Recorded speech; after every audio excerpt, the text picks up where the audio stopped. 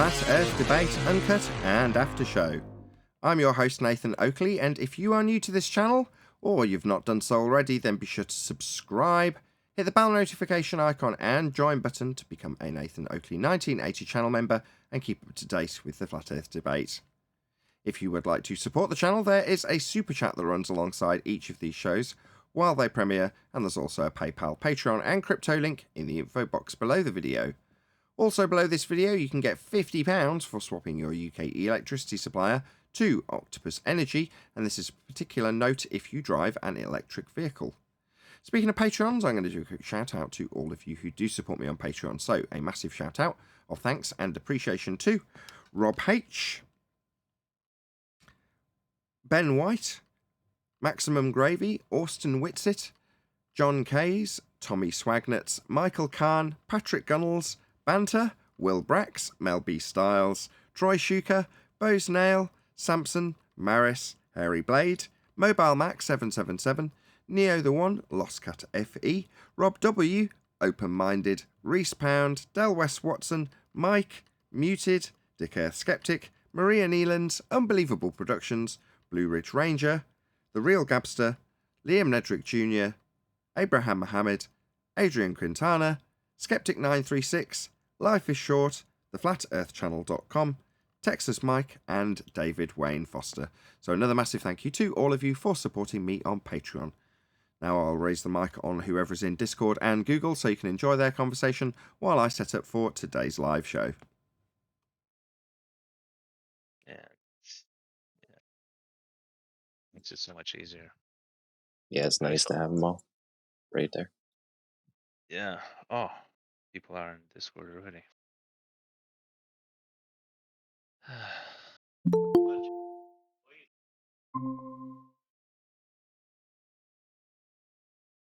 How are you?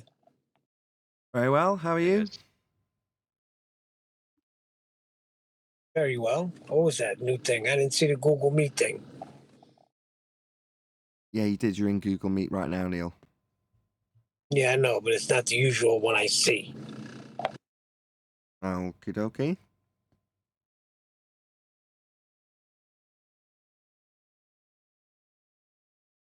Well, good to have you anyway, Neil. No, I'm telling you, it's different. It's a whole different thing came up.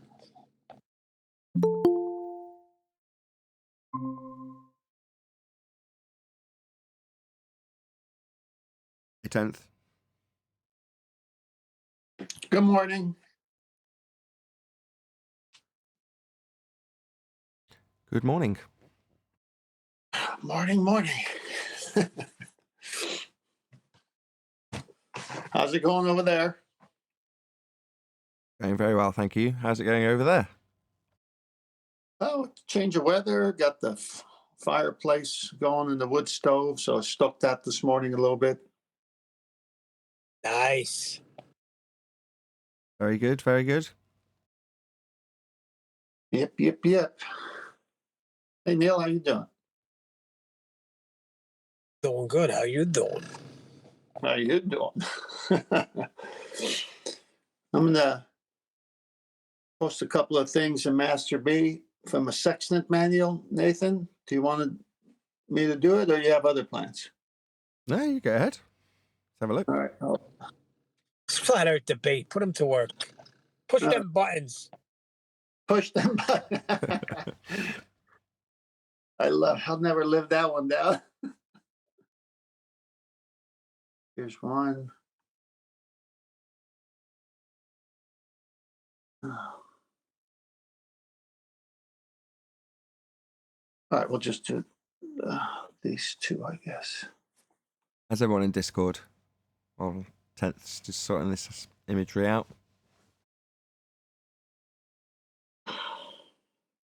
Doing well, Nathan. How are you? I'm well.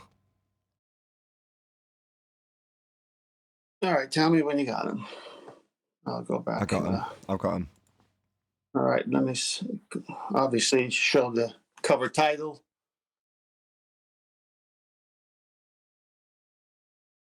I guess Sean Hawkins sent a Sextant manual zip file or something to Arvin, and Arvin said, Sean Hawkins wants me to look at this. I said, I have that one and others. So I was trying to figure out why Sean Hawkins would send me a manual about the Sextant. So I decided to look at one of them I got, plus the one he gave me. And so I just want to talk about a couple of things here. So here's the user's guide for the Mark 15 and Mark 25. Go to the next slide. Correcting for the height of eye. Now remember, what's the warning about orthographic pictures, Nathan, for the audience? Muppet Vision? No perspective. Don't get to see the Thank side of your own head. Correct. All right, here we go. Correcting for the height of eye. When measuring the altitude of the sun, you need to measure the angle formed by a ray from the sun and a plane tangent to the earth at the point where the observer is standing. We'll come back to that. However, due to the height of eye of the observer, the visible horizon actually falls below this theoretical place. This requires that a dip correction be made. Due to the height of eye of the observer, the visible horizon, H, falls below the plane tangent to the earth at the point where the observer is standing, P. To apply a dip correction for the height of the eye, apply a correction as shown in the table below. Dip correction increases as the eye is raised further above the surface of the water. Then it gives you a table, and it tells you if you're 5 feet above the surface of the water, it's a 2-minute dip correction. If you're 10 feet, it's a 3-minute dip correction. And then it ends by saying dip correction must always be subtracted from the sextant reading. Well, obviously, because you got to get it to the surface of the water. Now, there's several things wrong with this, and absolutely, the truth is in there. So let's go to the first paragraph. When measuring the altitude of the sun, you need to measure the angle formed by a ray from the sun and a plane tangent to the earth at the point where the observer is standing. Now, if you look at that picture and you see the plane tangent that's drawn, is that a straight line? Not for them, it isn't. Black Swan. I know, but in this picture, they have a curved surface and they have a plane tangent that extends, and you can see to the far left, it shows a dip, right? Yeah, sure. Okay, well, that's nonsense because it tells you right on top. When measuring the altitude of the sun, you need to measure the angle formed by a ray from the sun and a plane tangent to the earth. Well, if the curve of the earth is at a certain distance, if the earth was a ball, which the black swan proves it isn't, but if it was, if you were actually doing it on a curved surface, you could only do it on a certain part of it and no further. So it doesn't make any sense. So that's why they make you draw that straight line, that horizontal line. And then furthermore, that if you look to the far left, they're saying that this angle measuring device actually, for thousands of miles, the dip correction, if you're 10 feet above a sailboat, is only 3 minutes of arc. Really? 3 minutes for 10 feet? And that GP of the star is thousands of miles away, and that little drawing of dip is supposed to represent thousands of miles, and it's only a 3-minute correction in the books? 10 feet? Is that all the earth curved? Nonsense. Plus, to add to matters worse, make the matters worse, early here in the morning, look at where they show the height of eye to the far right. The height of eye correction is from the eye to the plane tangent. The surface of the water, not that other thing that shows it curving away. So this dip correction is used to bring the sextant to the level of the water so you can form that angle because you need a corner, a vertex. And because they have to fool everybody, they draw a sphere and they show it to the left as something as extreme as what you see there. And yet to the right, it says that the correction is only from the eye to that straight line. What nonsense. How can you say the dip correction is the height of eye between those two straight lines on the right, representing the eye line and the water line, and then on the left, show that the dip is that tangent to a curve? Do you see it? I do, but yeah, the one on the left that they don't do, that isn't how it's done. They're going to need R Correct. for it, and they don't have any straight lines for it. The one on the right, where it just shows you correcting for how high you are above the surface, that's how it's actually done. So this is what's Correct. actually done. This, you're going to need R for, you haven't got it. You're going to need straight lines for, you haven't got them. So, I don't care. I know, but I'm just trying to, because they'll look at this picture and they'll say, oh, see, it works on, Sextant works on the ball. No, this is contradictory here. They're telling you it's the height of eye above the water to the right. They're showing you something else on the left. That dip is not that thing on the left. The dip is that thing on the right. Plus, you Indeed. need an angle. Right. Plus, you need an angle. And you can't get an angle off a curved surface. So you wake up, ballers. They're lying right in front of you, right here. And it tells you right here. So who sent that to you, Tent? John Hawkins sent it to Arwen to send it to me. And I said, I have that one and many others, meaning actual Sextant download manuals from the internet. And I spotted this right away. These ballers fall for this trickery that's so obvious that within this one slide, you can prove everything.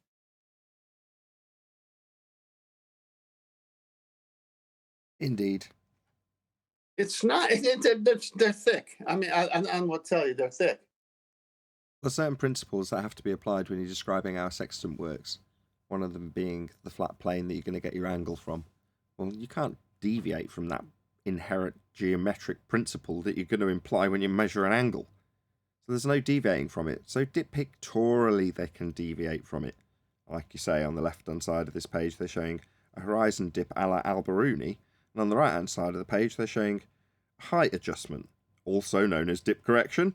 Oh, well, that's not a surprise either. Yeah, see, you summarized it perfect. Thank you. I just wanted to get this out because this is what I mean, look, I've got other books that I've ordered. I can't spend hundreds of dollars on this in 2 years almost. I've got books on how to take apart sextants, put them back together. Every little screw is identified.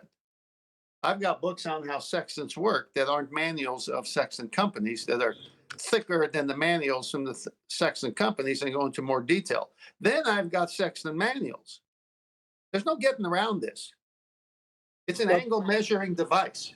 Tent, it's like anything else. When you're dealing with ballers or anti-flat earthers, they wiki something or they Google something, and as soon as it comes up, they put, see, right there. Well, that's what they're doing with the sextant. They Yeah. give a little illustration. Yeah, but they're not and reading they're going it. by an illustration. Yeah, they're looking at the pictures, ignoring the bits of the picture that don't match what they want to see, and Exactly. ignoring the text that goes along with the pictures that describes something that isn't depictorially represented on the left-hand side of this diagram with an Alberuni dip angle to a spherical horizon that won't give them a straight line in the first place. Now, all of that, no straight line to acquire on the left-hand side, none of that's mentioned. None of that's detailed. It's only in the pictures.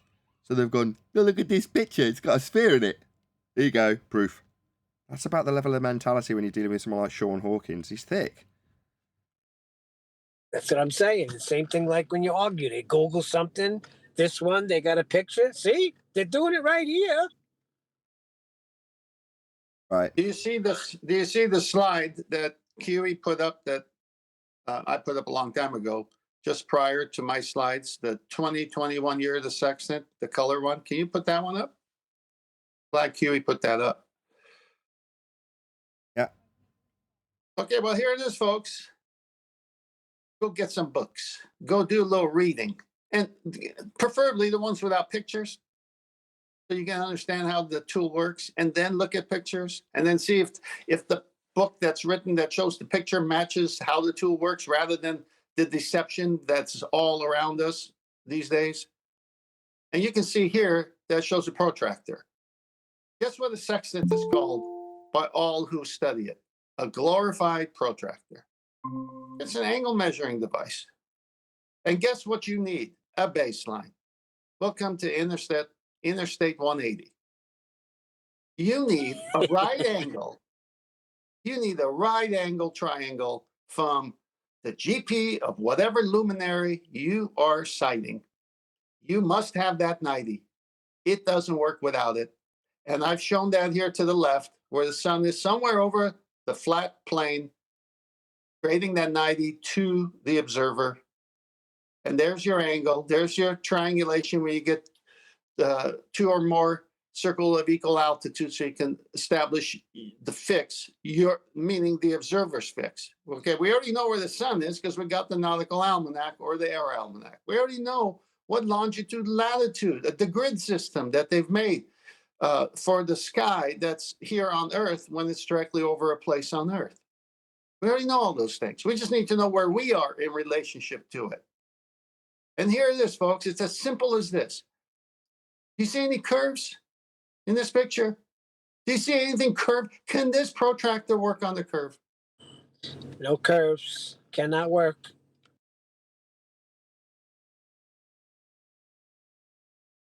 Adam. Come on, Discord. Adam.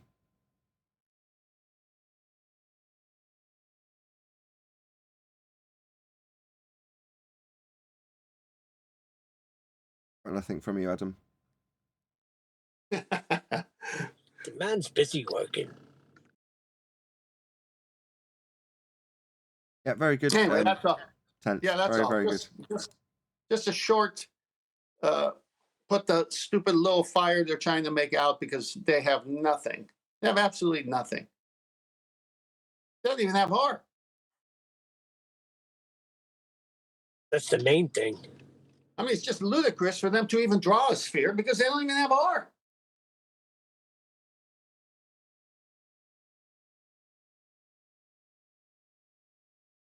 Let me go make some chocolate milk. Oh, wait a second. I don't have milk.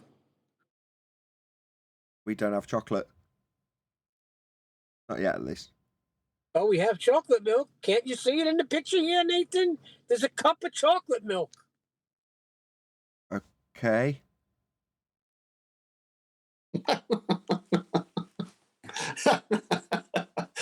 Are you kidding? But it's as silly as that. I mean, come on. Yeah, very silly. You know, the deception on maybe other subjects is very deep and complex. It isn't so much with the sextant. It's an angle measuring device. It can never work on that imagery that we showed before, a ball, a sphere. It can never work. Yeah, but I got a question then. I understand all of this. How does it get by everybody? You're asking that question of all people on the panel. The great deceiver, how does it get by everybody? This beautiful creation. I mean, but I'm Hang saying on, that... let me finish. This beautiful creation that we can step out and look at and say, wow, this is organized. This has got some detail, DNA attached to every living thing that's different than any other living thing and cannot be anything other than the code within the living thing. So there's no morphing into something else crap. You know what? There's got to be a creator. I just don't know. I'd like to know, but there's got to be a creator. Okay, that's what most people do until they go to school. Oh, it came all by accident. Oh, this and all this. Yeah, just trying to get the creator out of everybody's consciousness.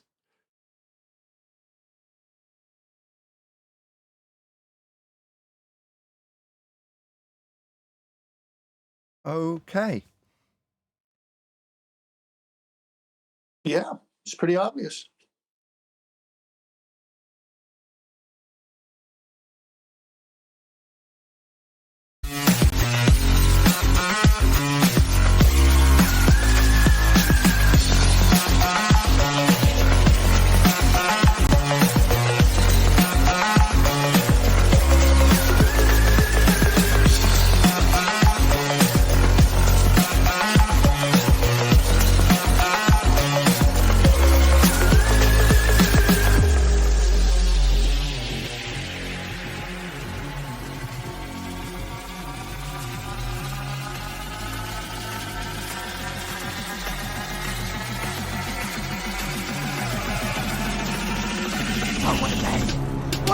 Welcome to Flat Earth Debate Live. I'm your host, Nathan Oakley, and if you are new to this channel, or you've not done so already, then be sure to subscribe, hit the bell notification icon, and join button if you'd like to become a Nathan Oakley 1980 channel member and keep up to date with the Flat Earth Debate. If you would like to support the channel, there is a super chat that runs alongside each of these shows while they are live, and there's also a PayPal, Patreon, and crypto link in the info box below the video. Also below this video, you can get £50 for swapping your UK electricity supplier to Octopus Energy, and this is of particular note if you drive an electric vehicle.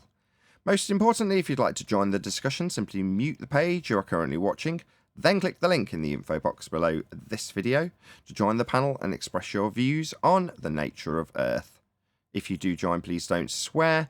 If you do, you'll be ejected, and if you are, please don't try to rejoin the stream using sock accounts. You'll be warmly welcome back on the next stream. Please also share the show on social media. Sharing the show obviously increases the live audience, but this in turn increases the chances of a more diverse panel, so please share the show on Facebook and Twitter. Now we are joined by Neil, 10th Man. We've got Adam back, so hello Adam, and also a whole bunch of people in Discord, so welcome one and all. Good morning. Hey, good morning. How are you? We're all very well. Thank you for asking. Hello, Arwin. Can you hear us, Nate? Yes, you're coming in loud and clear, Adam. Excellent stuff. Reboot. Arwin, quick sound check. Say hello. Hello, hello. Hello, good to have you. Excellent stuff. Am I still loud? No, you're perfect. Absolutely everyone's perfect today. All right. Cool. Am I good in chat? Let me know. I don't know till after the show. Apart from the testing I do. No, I was listening and the sound was just perfectly fine. Oh, well, in that's YouTube, good to hear.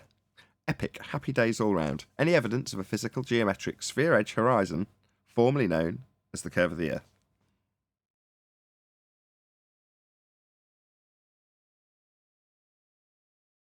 That's Earth curve. I've missed housekeeping for a while, so I'll go. No.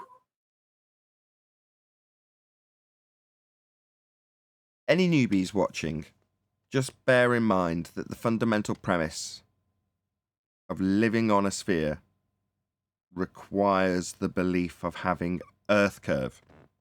That's like a pretty basic tenet of the fundamentalist religious sphere belief. Would we not all agree? Agreed. I fundamentally in it, but you wouldn't necessarily expect to see that. Marked with an X, labelled horizon. In there, begging the question, proof of nothing, perspective hijacking. Quote, Earth, curve, calculator.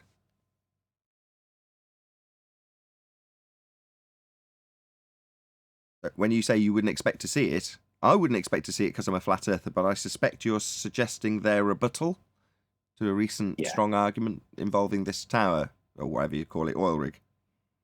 Whilst you correctly point out there is a special web page for this to calculate it. I think even the calculator admits that it's not what you're going to see. In fact, it has the disclaimer: it's of no use to view the land, to calculate Earth curve. It's just useful mathematically to postulate where Earth curve would be if it's a ball, but it does have a disclaimer that you can't use it whilst viewing over the sea. I see. So in terms of viewing Earth curve, we're better off seeing it over the topology of the land that's already undulating in varying ways anyway. Is that what it suggests also? Or it just says that, where your average Joe's going to go out and find the horizon pretty easily, you're best off not looking at trying to find Earth curve there. Yeah. Don't expect to see it with your eyes. Only expect to reify it in the mathematics. That's right. Or the And when calculator. you do, you take your little picture of the horizon that's not Earth curve and you wouldn't be expecting to see it, and then you go to the maths and it'll tell you how it's Earth curve. It's really easy. On this subject, Captain Kirk yesterday went high up in the sky, suborbital. And it was, I left a comment because it was the first time that someone went suborbital on one of these private machines that came down and didn't mention Earth curve. He did get emotional, though. Yeah. He was almost crying. No, that was for Mother Earth. That was just so the fragile Earth can get a mention so they can bring on something, but that's not the subject. Subject is nature of our Earth. I find it quite funny that a guy who played the part of a captain of a show that went on for years that we all watched wouldn't notice Earth curve and wouldn't mention it. Horizon is not Earth curve. Right I'm on. talking about. My It only exists in the CGI. Don't you find that funny? I do and I other- don't. I suspect that Shatner's probably got more about him than meets the eye. The overdramatic, Yep. I didn't see any Earth curve horizon from high. That doesn't necessarily make him I don't know. That doesn't make him stupid. Oh, no. I'm not. He's not a science saying- fiction enthusiast. Yes. He was always one, right? And he says there's does no pay difference. attention. He did pay attention even during this. He didn't just like, oh, I'm in a launch. This is so special. No, he actually described how he was staring out of the window, paid very close attention to the sky and how it looked. And he was very impressed. He gushed on about it for like a minute or two about how sudden the transition from a blue sky to suddenly that black appearing. So he paid careful attention. He was actually exploring with his eyes. Good for him. Yes, he was. So would I be. I mean, I'm very jealous. I'd love to Me go that too. high. It was one of the things that I described first when I got here in the flat Earth subject. I was like describing being a rep on a plane, thinking, God, I wish I could go higher to see the curve, knowing the rhetoric that you couldn't see it from those altitudes. So I wanted to go higher. He's got to go higher. Lucky bastard. Good for you, William Shatner. Hope you enjoyed the trip. You didn't go to space. Space is fake. Any evidence that you can have gas pressure without a container, as per the heliocentric model? Well, I'm not done. I'm not done. I've got a question too. All right, you go first, Adam. My mates who aren't flat earthers were texting me about this yesterday, and obviously the first thing I pointed out to them was the shape of the rocket, which they twigged and yes, agreed with. I think conversations we've had in the past, but the question I was asking them, Hold on. What do you mean, the shape of the rocket? the phallus, the flying Oh, phallus. Flying dick shit. Okay, sorry. Yeah. Sure. My mate Sean sent me the one of Dr. Evil's equivalent as well, taking off. But the question I had for them, and it's a question that, and I don't have the answer, I'm not being flippant, is when we were kids, you were going off to be an astronaut, and they wanted the fittest, the fastest, the best, because you had to be just to be able to take the G-forces of a rocket taking off. Now, whilst I concede that at 90 years old, Captain Kirk could do it, is it physically possible for the actor William Shatner to be, or even safe for him to be doing those things? Or are they somehow subjected to different forces in rockets nowadays? I suspect they lie about the claim to be rockets that are launched into the sky vacuum. Now, given that we know they are definitely, unequivocally, without doubt, going to a sky vacuum, they are definitely not doing that. Therefore, the world's your oyster in terms of what you can describe the fakery as being. Well, if they're not going to a sky vacuum, what are they doing? what does it matter? They're not going to a sky vacuum. But they claim that the rocket that was going to the sky vacuum could orbit, travel at high velocity, pulled incredible g-forces. Now, given that we know they're lying about the very nature of the place they're going to be travelling through, does it really matter that they're lying about the amount of g-forces that these rockets that are going to space pull?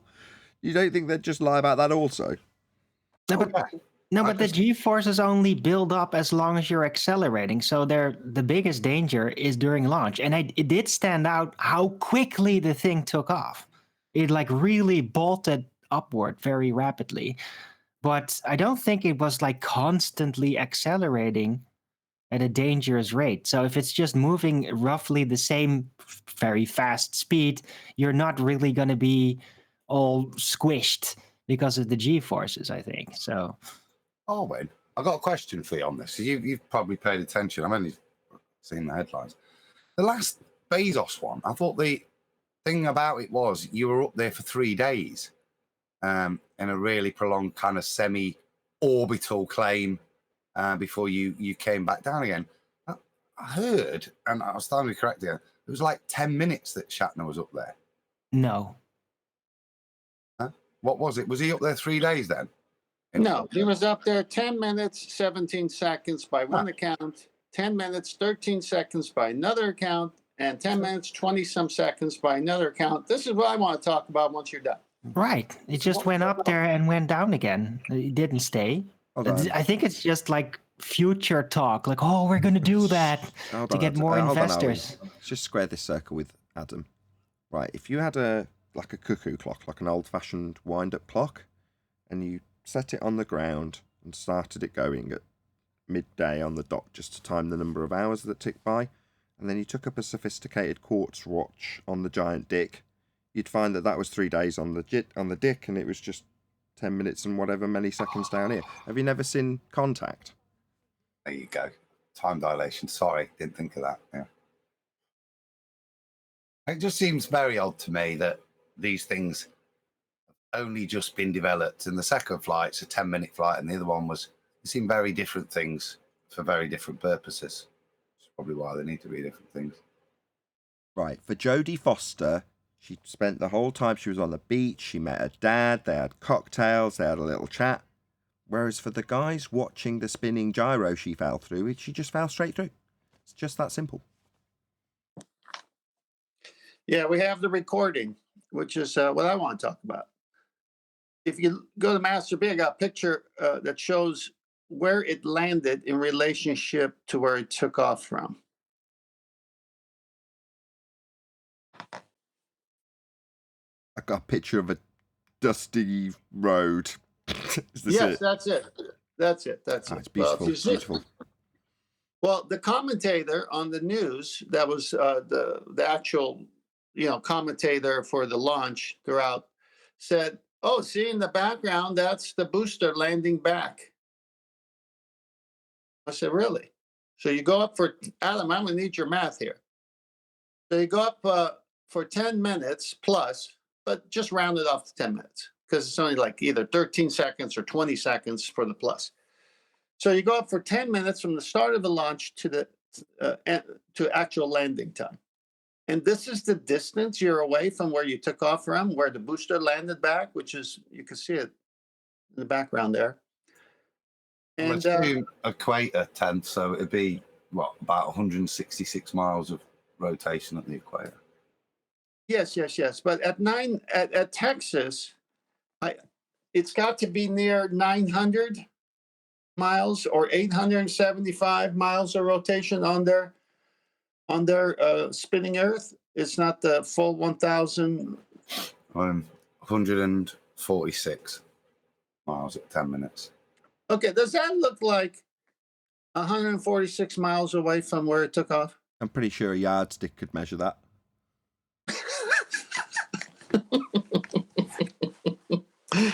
Nonsense. In which direction did it land? And which way was the Earth spinning? I mean, give me a break. It landed so close to where it took off from. And they're assuming that after 10 minutes, it's 140 some miles away due to Earth rotation, and you could see it like. Right, shout out to William Shepherd, who said Rob Skiba was a legend in our community. He will be missed.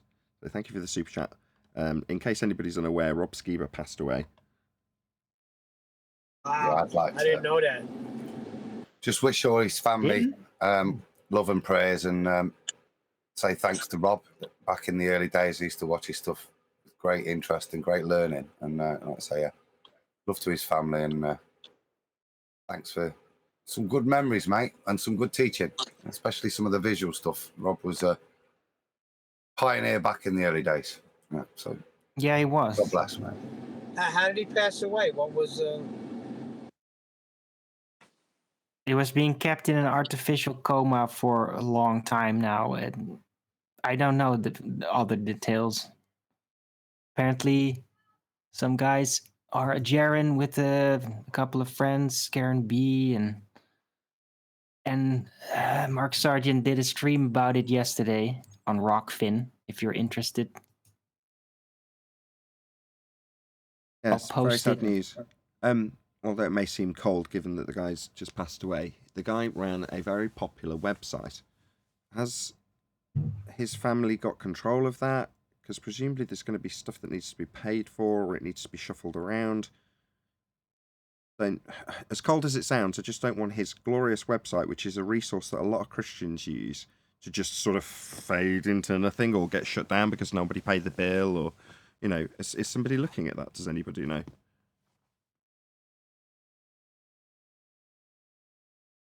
It's probably a little early for that. Possibly, but it's certainly worth It mentioning. just happened. It's like, oh, the guy was great. He's given us a great legacy. Fantastic. Now let's just watch that fade into nothing. No thanks. Yeah, great. Yes, Rob was a great guy and he did a lot of great work. But the worst thing that can possibly happen is that work fades into nothing. That's just my primary concern. He seemed Without like a sounding pretty cold. organized. Was coming? Was he he seemed- able to plan for it? To have things in place? I doubt it. I was gonna Did- say. Have you seen Rob? Or did start speaking in past tense? Did you see what he looked like? Guy's like fit as a fiddle. Yeah, he looked great. Right. He looked super Dave. super fit and healthy. That's what I'm saying. He was very organized. I'm pretty sure. I don't know. I'm just gonna shut my mouth on that. I have no idea. I think something bad happened, but I dare not speculate. She's talking Just about, I yet think it- something Was bad that- happened. that The guy's someone dead. you spoken about? Hello? Yes, but Something bad like, happened. He Yeah, the guy's wasn't dead. deadly ill when he went to the hospital.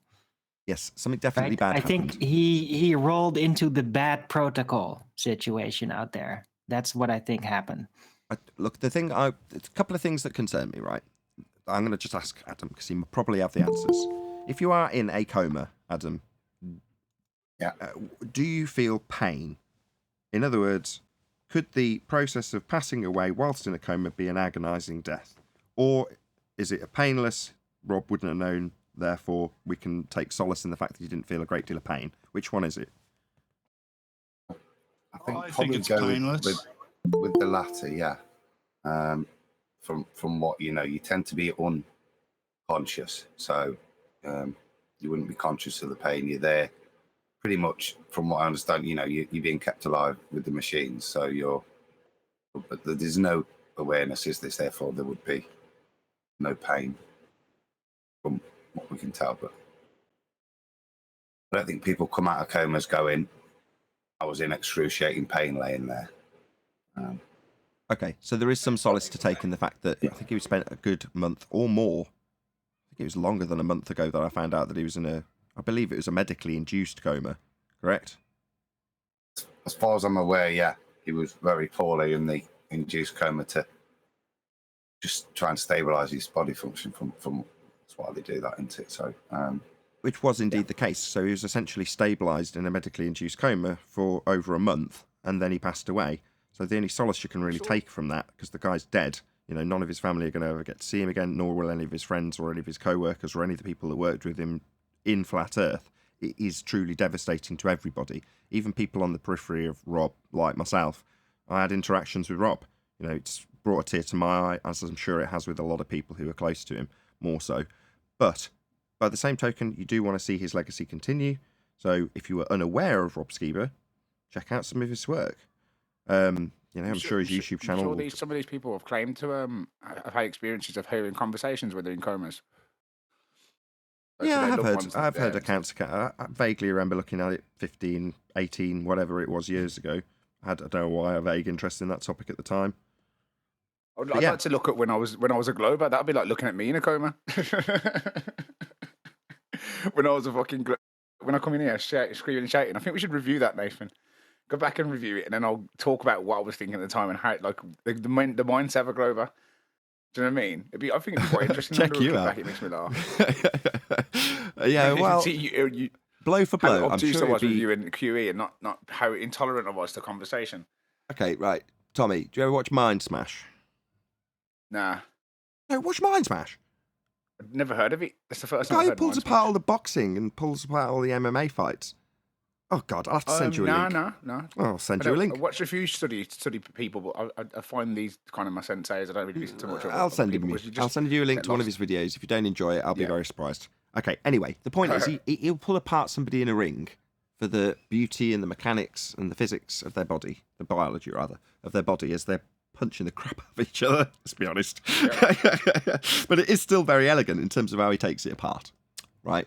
In terms of a transition from flat Earth to from globe Earth to flat Earth, initially in 2015, that was a very fascinating thing for people to watch. I had a whole show on it. Moving forward to 2021, and no offense, mate, nobody cares anymore. Nobody's interested in my transition to flat Earth. No, not the transition. It's more like the, you know, when you're trying to get me to come to a point and you're talking me through it, you're giving me ample amount of time to just stay on argument. And I just kept veering off and just kept walling off, and like, this is what everyone does every day. I heard you debating that guy the other day, and the same thing he was doing. It's just like you can just hear the same thing. And I think glorifying that or shedding light on it will give them less room to move, because you're literally, you even do it in the argument, you even tell them what they're going to do and they do it. But I think by putting it in a different third perspective, it kind of like it takes you out of the picture, isn't it? It says like, look, this is exactly what you're doing, exactly what every Glober does, and just put like a montage together of everybody that just does that. Stop. Stop. You're putting a great montage together now verbally. Reminiscing is perfect. Do you know why? Because it involves zero work for me. Yeah, true. Like I say, we're running a live show right now, so you talking about how you've transitioned and reminiscing and taking yourself through it step by step mentally is something we can assist you with, because we can recall some of the aspects of your first visit here. Yeah, true. But, you know, even then I knew you'd transition. I titled the show Tommy Was a Globehead before you'd transitioned. That's true. Why is that? Yeah, for those just tuning in, we're talking about philosophical transition, not physical. No, philosophical, changing your worldview. Because you can turn certain people, I sense that they're processing it in a mental way that isn't necessarily bracing against it. There's certain others that I suspect might be the same. This might get me some stick, but I think Virus, I see similarities in Virus. I don't know if you know who Virus is, or Akuma Virus. Yeah, Akuma Virus. Yeah, I sense the same. However, since I sense that he's transitioned very much into anti-flat Earth, just standard form. But at the start, at least, I sort of sense the same in him. I agree with you, because he does seem like, you know, he's in on his pursuit for truth. When I spoke to him about, he was on about helium and different sorts of gases that you put in your mouth and you get different voice tones because of the different. Hold on, you're being challenged, Tommy, and I am, but that matter. Go ahead, Chocolate. Go ahead. Nah, I don't see that in Virus. I heard that in Tommy when you could probably hear me if you go back to that. You could probably hear me giving Tommy props the first time he came on, when he started to try to get some of the points that we were trying to get across to him. And then he kind of just wailed back into globehead mode. But Virus, I don't see none of that with Virus. Virus, to me, is one of those dudes just full of it. I can't see none of that coming out of Virus. I mean, He'll what go I so agree with far Nathan as is to I think make that up you his hear own shit to Akuma argue talk, and with. it's like he's on his pursuit for truth. So even though he doesn't say it, I think inside he knows he's wrong. You know what I mean? So he's kind of like admitting to himself that he's still trying to fight the truth himself. Listen to what Chocolate just said. I did, and shit. so did Tommy. I think Tommy did listen to what was said by Chocolate, and we just don't agree. You know, but you sense different things from different people. You get different vibes. It depends who it is, and you're not always right. So it doesn't matter. It's not like at the end of this we're going to say, yeah, Chocolate was right about virus.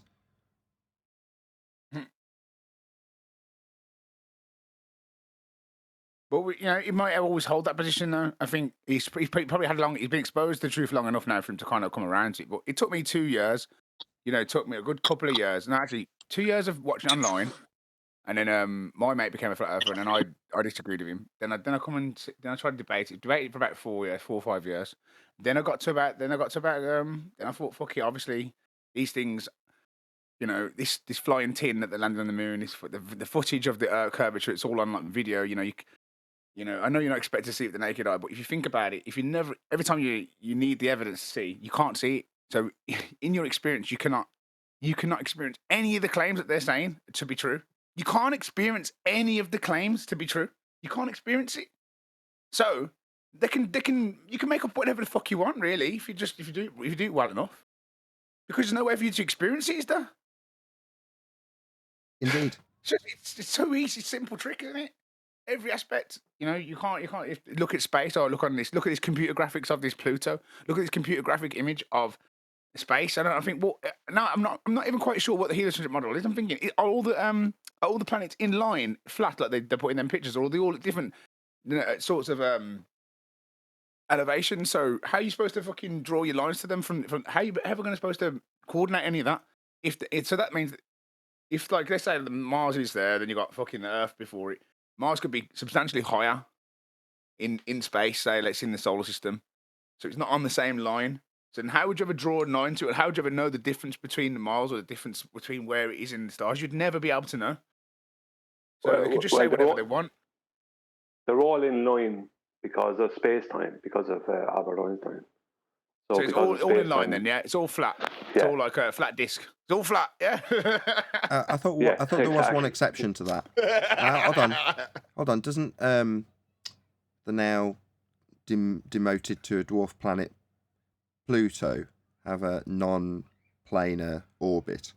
Am I incorrect in that? Maybe any heliocentric boffins can correct me from the chat if I'm wrong. But my understanding was one of them didn't. Go on. Is it Mercury you're talking about? No. One of them are far outer planets. One of the ones on the extremities, on the outside edge. But for the most part, yeah, it's just a plane. The solar system's just considered to be a plane. You mean Pluto? Talking about Pluto? Yeah, I did say Pluto. That's what space-time is. Like, space-time's claimed to be just a flat plane. And it's bent by or curved by what they call mass. So the center of the center of the globe Earth is in direct line with the center of the sun and the center of Mars and everything else. That's the basics.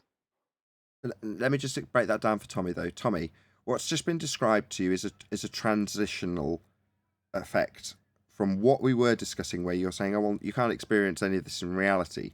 Well, having an appreciation of that meant that they took what was being described as space and just made it into a mathematical dimension that doesn't exist anymore called space-time. And that was what was just described to you by Brian. There we go.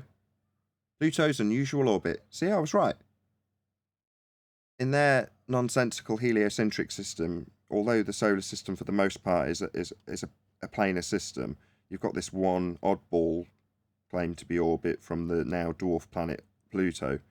It's all bollocks. I mean, the fact that I know this stuff from years back when I actually was interested in it doesn't mean it has any more sense now than it did then. None of this makes any sense because what we're doing is observing it from the central point to begin with. We're observing these lights move around above our head. And in this system, the sun's at the center. We're moving around it with Mercury and Venus between us and it. It's just, now I think about it, it makes me sigh because it's absurd in terms of how you view what's going on in the sky. this depiction on screen now just looks so alien to me. But I don't know if anybody feels the same. It's just ridiculous. It's like everything. So even if you did triangulate something and use the maths or whatever, there'd always be some sort of different argument or something you didn't vary in or something you didn't do, and therefore everything you've accumulated is bullshit. It's just they can just do what they want with this. They literally can just make up any shit. Oh, we have this anomaly planet that doesn't follow the same trajectory as every other fucking one in the solar system. It's still in the solar system, but it's not behaving like it's in the solar system, like everything else behaves in the solar system. Maybe something's wrong from the fundamental principle that you're thinking you're looking at something from a curve. These people that are doing this are all doing this with the mindset to make it work in the world that they're imagining. So they're making it work in a world that they imagine. They're not really making it work in what they're experiencing. Sure. What you experience and what you imagine are different. I mean, they can just bung any old layers on. I mean, I remember being introduced to the Oort cloud many, many years ago and thinking, wow, this just sort of popped into existence then. It's just epic. They've decided that that's what it would be like at the very edge of what we call our solar system. You're like, all right. You need more support, Nathan. I think you what you do tirelessly day in day out. You literally are the head of the fucking the flat Earth debate. You know, and no one's. You need more support. I think it's just I mad. totally agree. Smash the super chat. There's a PayPal link below.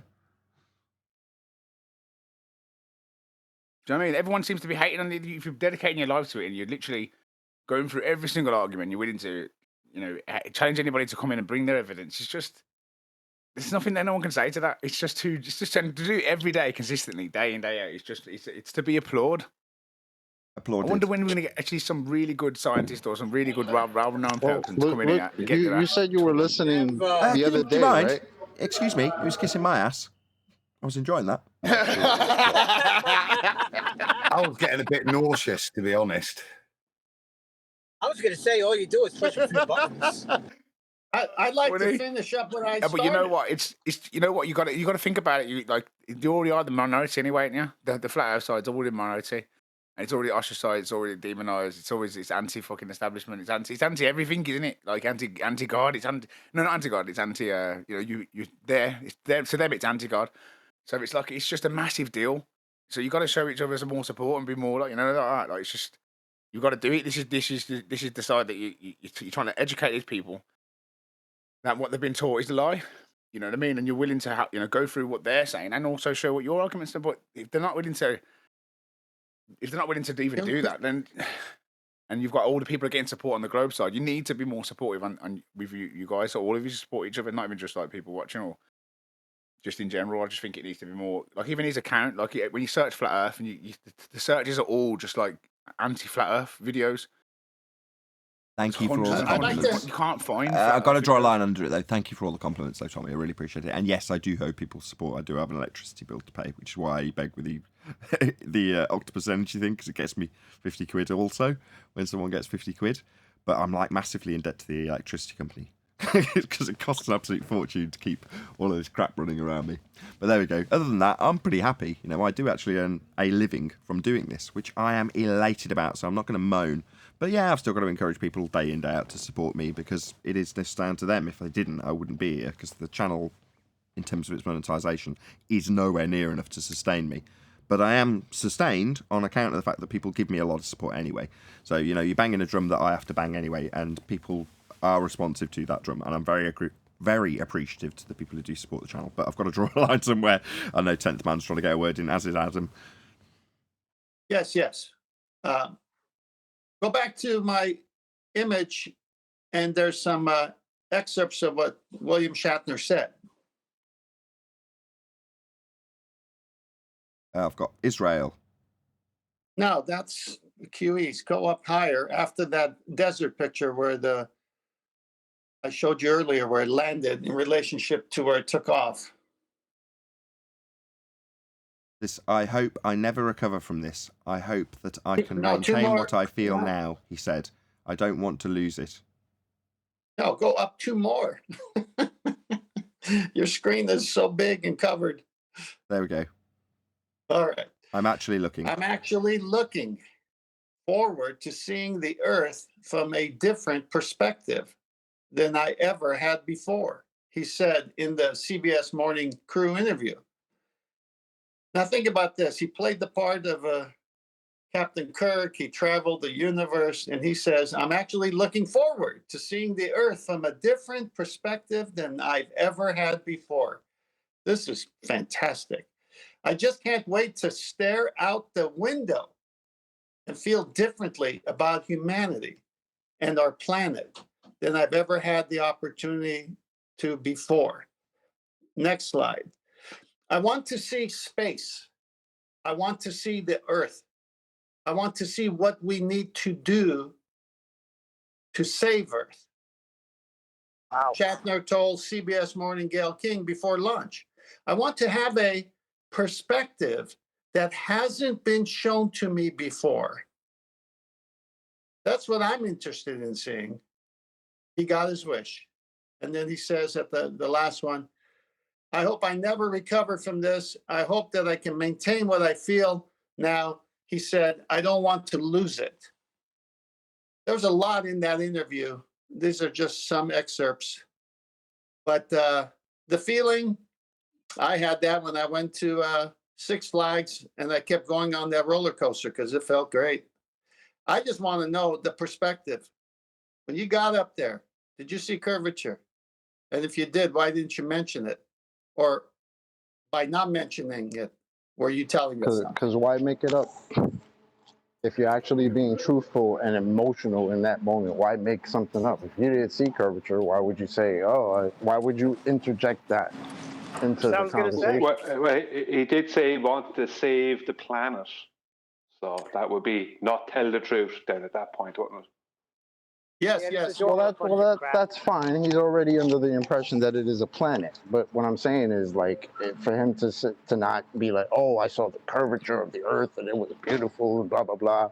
It's like if he's actually being truthful in an emotional, what's supposed to be an emotional moment, right? Well, why would he make that up? Why would he interject that? It's just not there because the curve's not there. But that's what I. Just 1 second, Adam. So that's what I meant. He said he wanted to save the planet.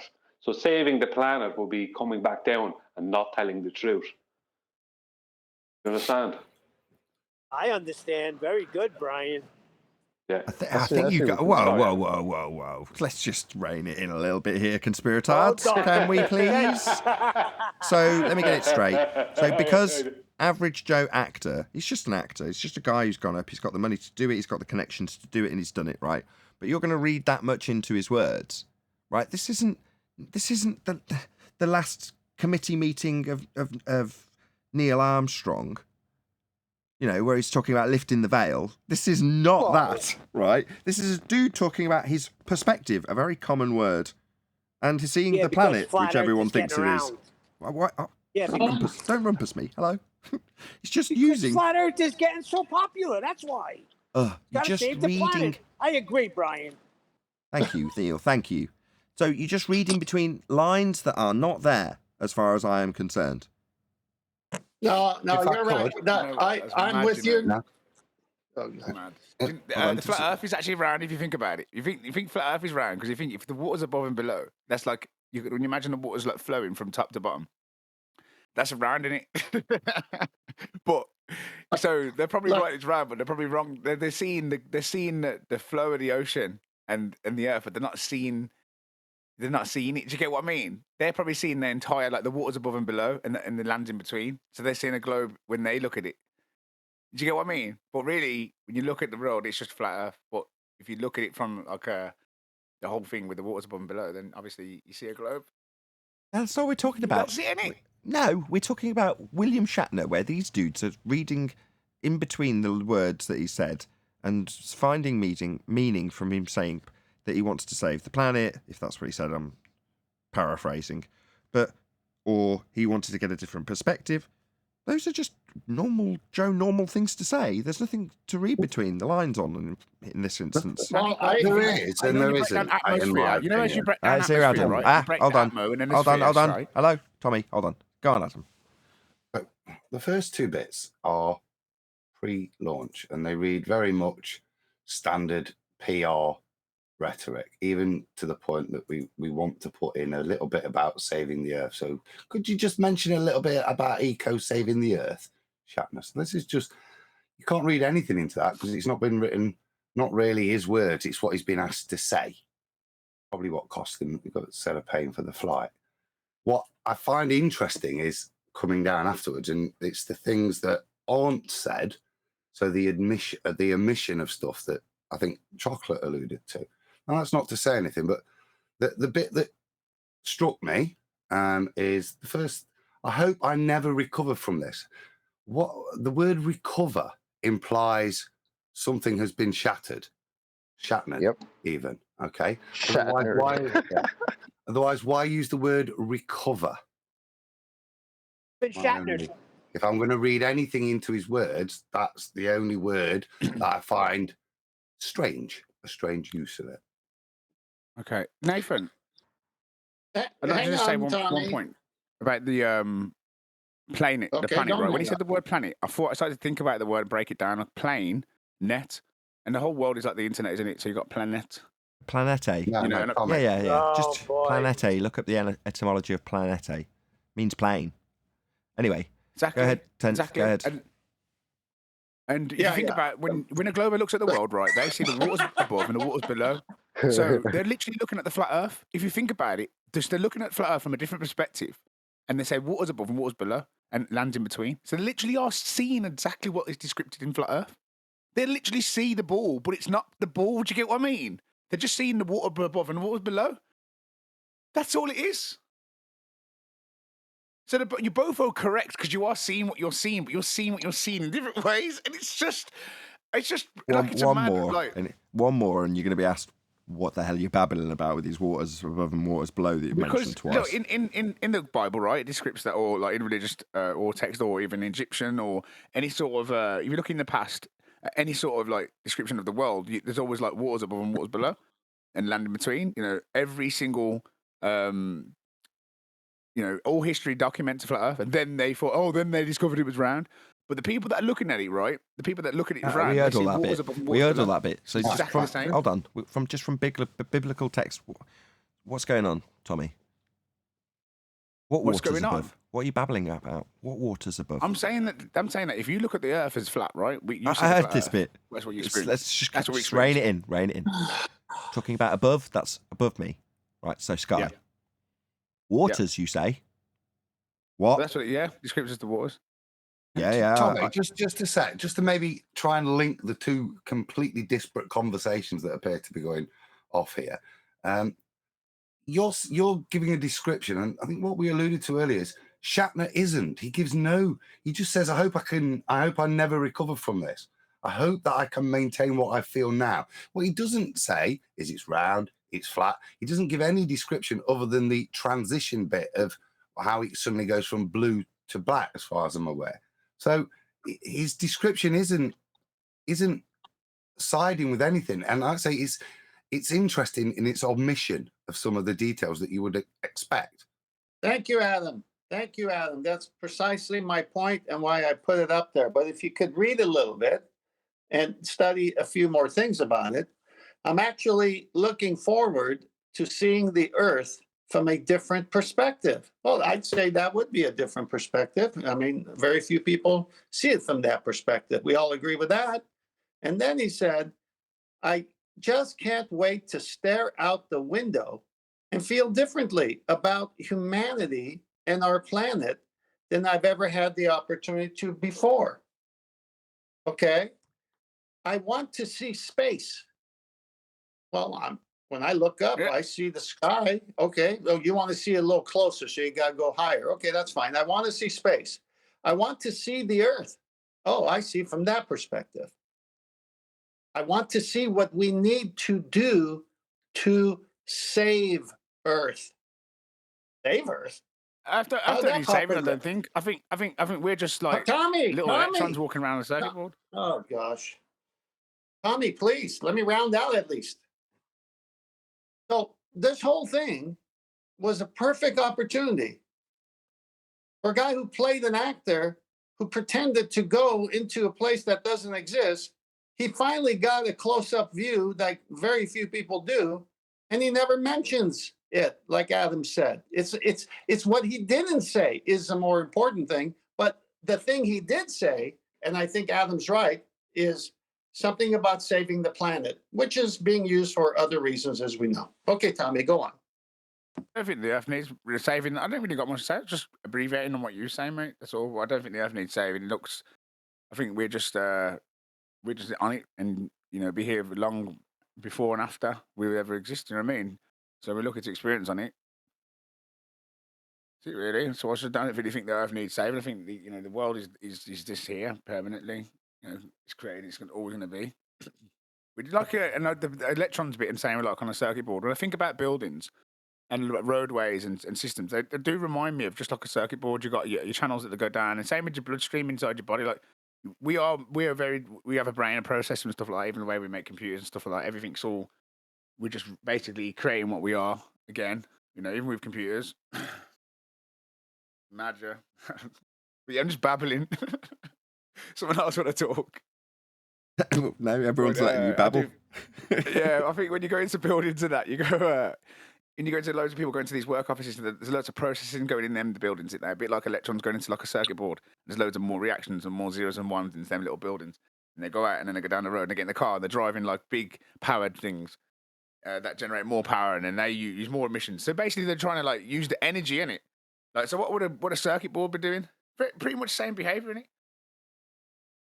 No. I mean, and the whole world has a magnetism, electrical sort of relationship with the world. Okay, my turn. Back to what Brian said. Flat Earth is getting so advanced and so out there that's what he said. I gotta save the planet. Flat Earth is getting too much publicity. Okay, hang on, Neil. Nathan, I put another quote. It's the newest one up in Master B. Yeah, I got I'll it. proceed it by. Okay, yeah, weightless. My stomach went up. This is so weird, but not as weird as the covering of blue, said Shatner. This is what I never expected. It's one thing to say, oh, the sky, and it's fragile. Get it? Right there. Who said the sky was fragile? Who wants us to believe the sky is fragile? It's all true. But what is unknown until you do it is that there's this pure, soft blue. Look at the beauty of that color. And it's so thin. And you're through it in an instant. And then he later said that when I look down to Mother Earth, that's life. And then when I look up to that darkness, that's death. Mother Earth, it's fragile. Save the planet. Wake up, everybody. This is the next psyop. Yeah, Well, I did notice that part when he said that's death. It's like that's funny because that's really where the people, that's where these people all think they could save our lives and go to space, and that's where we need to venture out to save the planet. Death. But to him, William Shatner, that's death. It's the only thing that's guaranteed in life, though, isn't it? So Globers have to be obsessed with death because they know that they only live once, and there's nothing. They don't believe in the spiritual world. The only thing they believe in is death, and that's it. And that's something that all these atheists say. These atheists say this all the time to me. I used to say it when I used to argue this shit. Tommy, he's saying that way's death, as in not. Yeah, no, but there's no life about space, that way. No, there's no life. Life's down there. No life the other way. I think what's happening is Tommy's hearing what's being read out. No offense, Tommy, and you're interpreting the words as they are read, which is fine. But what the guys on the panel are doing, and I'm semi-bashing them for it, is reading between the lines. Oh, it's all that's going on is the same that always goes on with the globe, right? Regardless of whatever way you want to take what Shatner is saying, the globe is nothing but disasters. There's always some asteroid coming to get us, or there's some explosion going to happen here that's going to blow everything up, the ozone layer, all this other rubbish. There's no end to this. The globe is no end to fear, is it? There's always a disaster where we live, and all this that we have here, this could all end in a moment. You know what I mean? There's climate emergency. Yeah, there's always that. It's always like, be afraid. That's all the globe is, isn't it? Be afraid. This could all end in a moment. I think Nath, Yeah, to it's address a mindset. the It's a mindset. reading into stuff, yeah, mindset. it's too much. It's too much, right? Let me just be a baller for a minute. And if I was a baller today, I'd be absolutely gutted, absolutely just distraught that Captain Kirk had gone to space and he hasn't come back and described the blue marble to me. That's what's surprising. Exactly. I was Good one, waiting for good that, one, Adam. and I didn't hear any of that. No, oh my God, the curvature of the Earth is so beautiful. Blah, blah, blah. Nope, none of that. I see. Only how incredibly thin the supposed atmosphere is and how fast you could just fly right through it. I get it. So you're saying it's not necessarily what he said or reading between the lines of what he said. It's seeing the emissions, what he hasn't said. Why hasn't he described Earth as a ball and the curve of the Earth and the space sky vacuum? Why hasn't he described it? Why has he looked up and seen death and seen life below? I get it. I get what you're saying. No, because I want to pull back. I don't want to ask that question. Why hasn't he said or lead anything into it? I'm saying Red's rhetoric, yeah, Gem Panda, Fight the Flat Earth. They must have been sat there with their pen and paper, ready to write these quotes to shove down our faces. Deal with that, yeah. And what have they got? That's what I think's interesting. Nada. No. You see, because Trump said he's going back to space, yeah, maybe that's what they did, come in and shut Trump down with this coronavirus bullshit. Because Trump was on about going to Space Force and all this crap, weren't he? So obviously people just thought, no, he's going to fuck it up. He's literally coming to expose the world. He was always telling them what Corona was bullshit as well. Trump was the most honest one we've had. That's why he was so ridiculed. And that's what happens. Like, it's the same when I left the globe. You just get ridiculed so people don't take what you say seriously. But this guy's the only person telling the truth. And then he's telling you that coronavirus is bullshit. I've recovered it already. It's nothing. It's nothing. You're and then all they over just the fucking place, that Tommy. stormed the fucking building and got him out of there and put this absolute fucking joker called whatever they got now, Joe, whatever his name is. It's ridiculous. Literally just happens right in front of your faces. Okay, right. This is not a political debate, number one. Did you spot today, Number Tommy? two, we're talking about... I'm a little aghast, right, that, especially from you, Adam, I've got to be honest. So you have given this some consideration in terms of how much our opponents will take from something like this. I mean, this afternoon, yes. I've not been pondering on it. No, okay. No, that's fair enough. Yeah, I like to say I've not even looked into it, other than, like I said, my mates texted me because look, the reality is it's Captain Kirk. That's the big thing, isn't it? It's not. It's Captain Kirk, and Shatner, Exactly. as alluded to, he's a little bit off script. He does speak his own mind, doesn't he? That's. I think the point I made is, yeah, if I am looking at it now as it's in the flat Earth realm, the only thing that I say is they must be absolutely gutted that Captain Kirk's not come back and proved the ball for him. That's exactly what I said, Adam, at the beginning of this whole show. I said this marks the first time, to my recollection, that I've seen a post-interview not mention any curvature. Interesting. Shout out to Murica, Silver Patriot, who says, is he a Mason? I assume you're talking about William Shatner. Don't know. Anybody know if William Shatner's a Freemason? Okay, check it. We'll have a look. Or Adam's on the case. Murica, thank you very much for the super chat. I don't know. I would say Bobby is. Sorry, Tommy. Who was that guy that told you should be afraid of the Freemasons, Nathan? What was that, unorthodox that time? I think it was Wiggles. Maybe it was unorthodox. Yeah, it was unorthodox. Yeah, I think you're right. Saying yep. Yeah, I compared him to conspiracy cats because that's sort of the contemplation when you start to say, well, if I've been lied to about the nature of the Earth itself, then that would imply that there's other lies on a mass scale. And where does their brain take them? Well, it takes them to the Discovery Channel and Mark, whatever his name is, Dice talking about the Illuminati and all this kind of bullshit. Because that's what they've got in their arsenal. That's what they can pull from mentally when they start to do what we did at the start and everybody had to do at some stage, if they've got half a brain, which is contemplate the implications of a deception of this scale. Which is to say that, yeah, there's shitloads of other stuff that you could be lied to about, and you've got to suddenly go through it all and go, God, I was so thick. God, I can't believe I fell for that one. Oh, God, oh, God, oh, God. And you realise that the house of cards just actually tumbled down around you just by looking around you.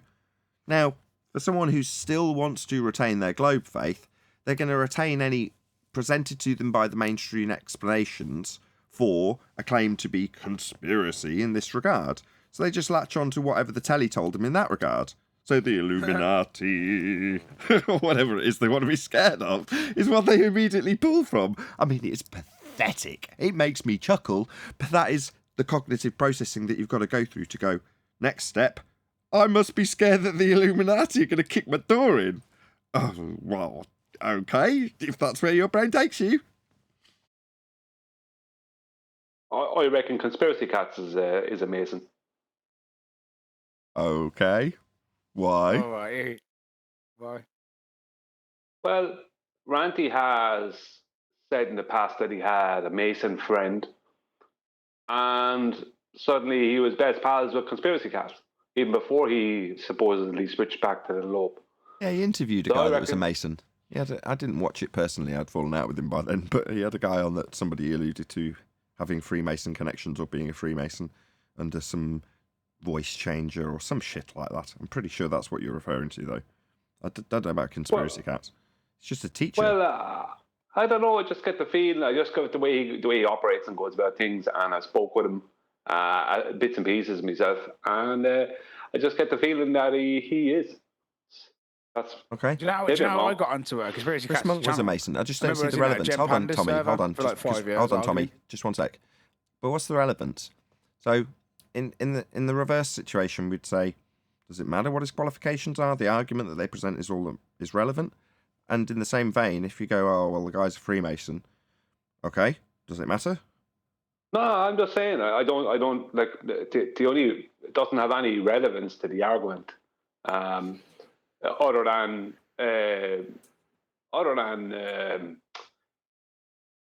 having Ranty do things and say stuff that we all know is not true. You know, Well, so the thing about Freemasons, we interviewed one back in the day, Chad. I remember his 32nd degree Mason. He's a flat earther, and he says most it's in there. Yeah, most of the lodges know. Once you get to the higher levels, that it's flat. There's a difference between how the common man views masonry and some of the ties. There's a difference, I think, because a lot of the stuff people are doing good, and the membership of that is often it's just to do good things. Do you know what I mean? Like this guy we interviewed, you know, there was none of the supposed stuff. You know, he's aware there are places where it goes off. The issue with them is the way they collude together against the society. But just to come back to Shatner. Can't find anything anywhere. I've ended up on Facebook. Somebody's asked the question, and there's no responses. Not to my knowledge. Does anyone know if William Shatner is a Mason? Just saw an old Star Trek episode, and he's made a Masonic reference. I found that, but that's the only other thing I could see linked between him. That's nothing negative. When he's or playing a positive. character role, you can't really say, "Oh, well, he made a Masonic reference." So what? That doesn't No, make but him that a was Mason. the only thing coming up in the Google search was that's come up twice that there's a reference to him mentioning it in Star Trek, but nothing with regards to him as a person. Admiral Kirk is not the Freemason. Well, if he was or it wasn't, it wouldn't really make any difference, as Brian just made clear, but there we go.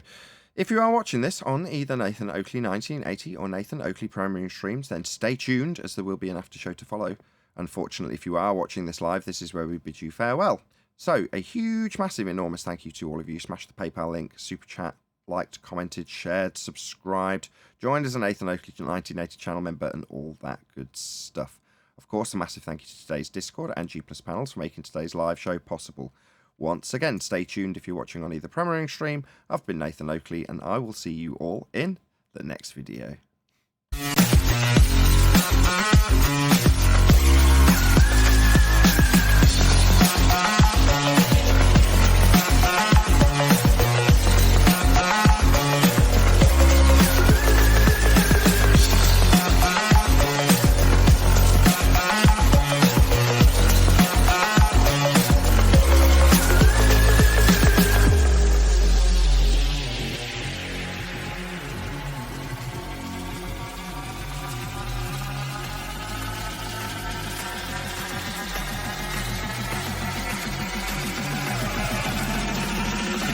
What a day!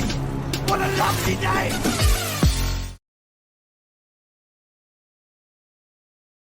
And there was another time that the padding was out of his gloves. Is that true? Sorry. Are you asking Tyson Tommy? Fury. I'm asking Are you asking anybody. Tommy? Has anybody Yeah. heard that? That What? he's been a cheater. That Tyson Fury got caught cheating in 2015.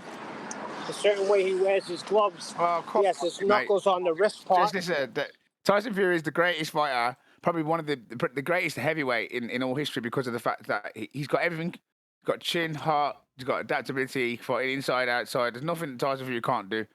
You know what I mean? So you just can't put no one above him at the moment. Even like, as sad as it says, Muhammad Ali would struggle with Tyson. You know what I mean? It would be, you know, he's just his Did he physicality, get his caught size. cheating? Did he get caught cheating in 2015? Oh, come off it, mate. Even if he did, it probably would have been something stupid. I've had boxing matches where I got into the ring, right? And everything's all good. And as I got into the ring, the person put the gloves on in the ring, and the glove he put on me had literally no padding in, and I punched the guy once and knocked him out. That's what they accused him of also, that there was no padding in the glove. But how does that get by? Don't they check these things? It just How happens. would that Look, get by? I never went out. I never went out my way to cheat. Yeah, but I got into a boxing fight. Went to the show. I got invited, and then as I got into the ring, they put these gloves on. And I just fucking thought, fucking, I was nothing in them. Like there's literally fucking no padding in them. I just fucking went bam, hit him on his head. You know, John Duty, knocked out John Duty in one punch, and it was like literally the bell went. I went through a right hand. That was it. And I didn't mean to cheat. What I did, you know what I mean? What are we talking about? You had no padding in your glove? Yeah, I've had that happen to me. Yeah, the guy took they put the glove on me in the ring, or like on something like that. They put the glove on me. It just had nothing in there. It was a bit in there, but it was like compared to a glove the gloves that I'm normally used to boxing in. Nah, man, it definitely when I hit him, I felt my knuckle go off his head, and he went down. I can show you the video if you want me to post it. So your corner was cheating then? No, Neil, when it comes to professional boxing, somebody wanted me to win it, but probably the promoter, because you know he paid me really well for that fight. Well, the referee's supposed to check them, right? That's what they do before the fight, isn't it? That's what I'm Yeah, saying. there you go. I almost got into a fight on the way back here. Hello. No, Tommy. Hello. Everyone's got a question to Tommy. Let him answer. Your corner was definitely cheating. Just let the cheating bastard answer. Hello. Yeah, but if Tommy was ignorant to it, then he wasn't cheating himself. Yeah, of course. What were we supposed to do? Then the person who's put the gloves on me.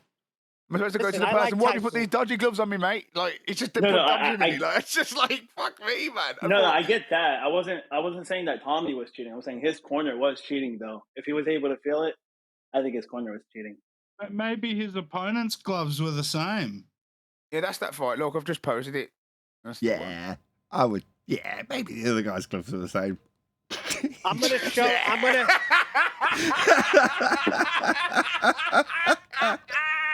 That was the best comment so far.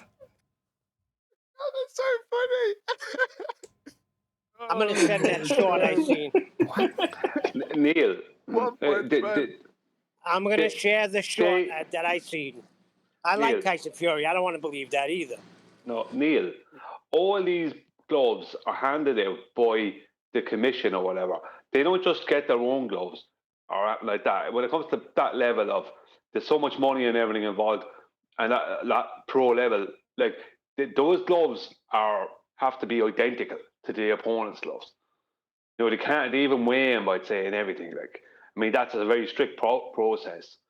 So I would doubt, like, I don't see how, it's just people just throwing FUD at Tyson Fury. That's all it is. Well, that's what I mean. But I'm just saying, I'm even admitting, yeah, as a boxer that's fought about 30 times that, you know, you just go there. You're so worried about winning your fight and focusing on getting the ring that everything happens so quickly. So by the time you get to that ring, right, if somebody puts a dodgy glove on you, what the fuck am I going to do? Start going like, you know, all I'm thinking about in my head is destroying my opponent.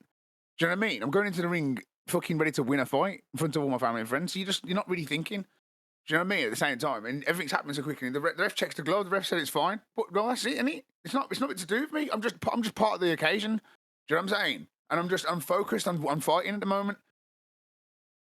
Yeah, you're not responsible for it. You just turned up to do what you have to do, and that's it. Exactly. Nathan, what's I've been this stitched up many background? times when my opponents have had better gloves than me. I mean, last 4 free fights, if you check my gloves, they put me in these dodgy, shitty gloves that don't support your wrist. Every time you land a punch, your whole hand bends back, so you can't get no power in your punches because you ain't got no stability in the glove. And I've been stitched up with these gloves in literally every fight. Now I've got my own gloves. You saw my last fight. Just went in there and fucking destroyed him. Every punch I threw at him done damage because my wrist was supported. I had a proper professional glove on. Now, I've been fighting against people with shit gloves the whole time. So, you know, that's how oblivious I've been. I'll go in the ring with trainers on sometimes. You know what I mean? It's like no gum shield. I've gone in the ring with no gum shield. Listen. Corners took the gum shield out of my mouth. Like, No, so much I- things happen in a boxing I match. You shared can't, it. you can't Tommy, blame one second. Tyson. Maybe one time had to probably cheating or because it happens to anyone. 1 second. I shared there the are video some in matches. Listen, I shared the video in Master B. It's 59 seconds. Just watch it, and you'll see. I just watched it, Neil, and Tommy, mate, great shot, and I think you should use horseshoes every time. It's a great plan. Horseshoes. He just dropped like a pudding, mate. Mate, Mate, every doesn't time I really matter.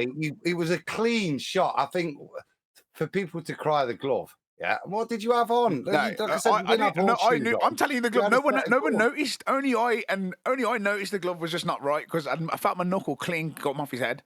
And every time I've had a street fight, I've never hit somebody once and they've not go down. But with a glove, I mean, obviously you've got a lot of padding in there, and it kind of like impacted, but you stopped the knuckles from landing. And I've got very big knuckles, so you know, I felt to come off his head, and I thought, oh, and you can see the way, look, the way I sit around my hands all light, and I'm like shaking my hand because I'm feeling it. Like look at the way after I land the punch, you see me like feel like you put my hand behind my back, and you see me shake my hand slightly. You notice me shake my hand after, like when I put my palm behind, because I know that was like, oh, something clicked off his head there. Do you know what I mean? So like my hand goes back like naturally, like as my knuckle bounces off him, it just ricochets nicely, and my arm just comes back. And I shake it behind me because I'm feeling my hand and I'm thinking, fucking hell, my knuckle just went off his head. Do you know what I mean? Listen, there's some grimy trainers that put baby powder in between the hand wrap. And as you sweat, that turns to freaking plaster. And they did that to that Puerto Rican kid, Margarita. Oh, He yeah. actually got caught, though. He got caught doing that. Who's that guy who did it to the Puerto Rican kid? He was champ at one time. Bald-headed guy. I forgot his name. I think middleweight. Puerto Rican. What's his name, man? You on about? No, I forgot his name. Can't think. He was good. He was Southpaw, I think. Oh, he yeah. fought them all. He fought there's two of them at night. Is it the one at Koto, or is it? It happened to Koto as well, didn't it? And then there's another guy it happened to, which is it the one that fought? He's a young kid, isn't it? The Southpaw kid. He was in a film as well. Oh, he's in a film. I was watching the film the other day. I know you're on about. He got beat by Floyd Mayweather, didn't he? Because he headbutted Floyd Mayweather. Hello. Yeah. He headbutted Floyd Mayweather, yeah? Yeah. I hear what you say. He fought Mayweather, Cotto. Yeah, Koto fought Koto and the other one. I think there's two of them that have suffered them punishments from them dodgy gloves that you're talking about. Because Koto suffered the other it. kid was in the 80s, and he got beat really bad. I mean, his whole face was busted up.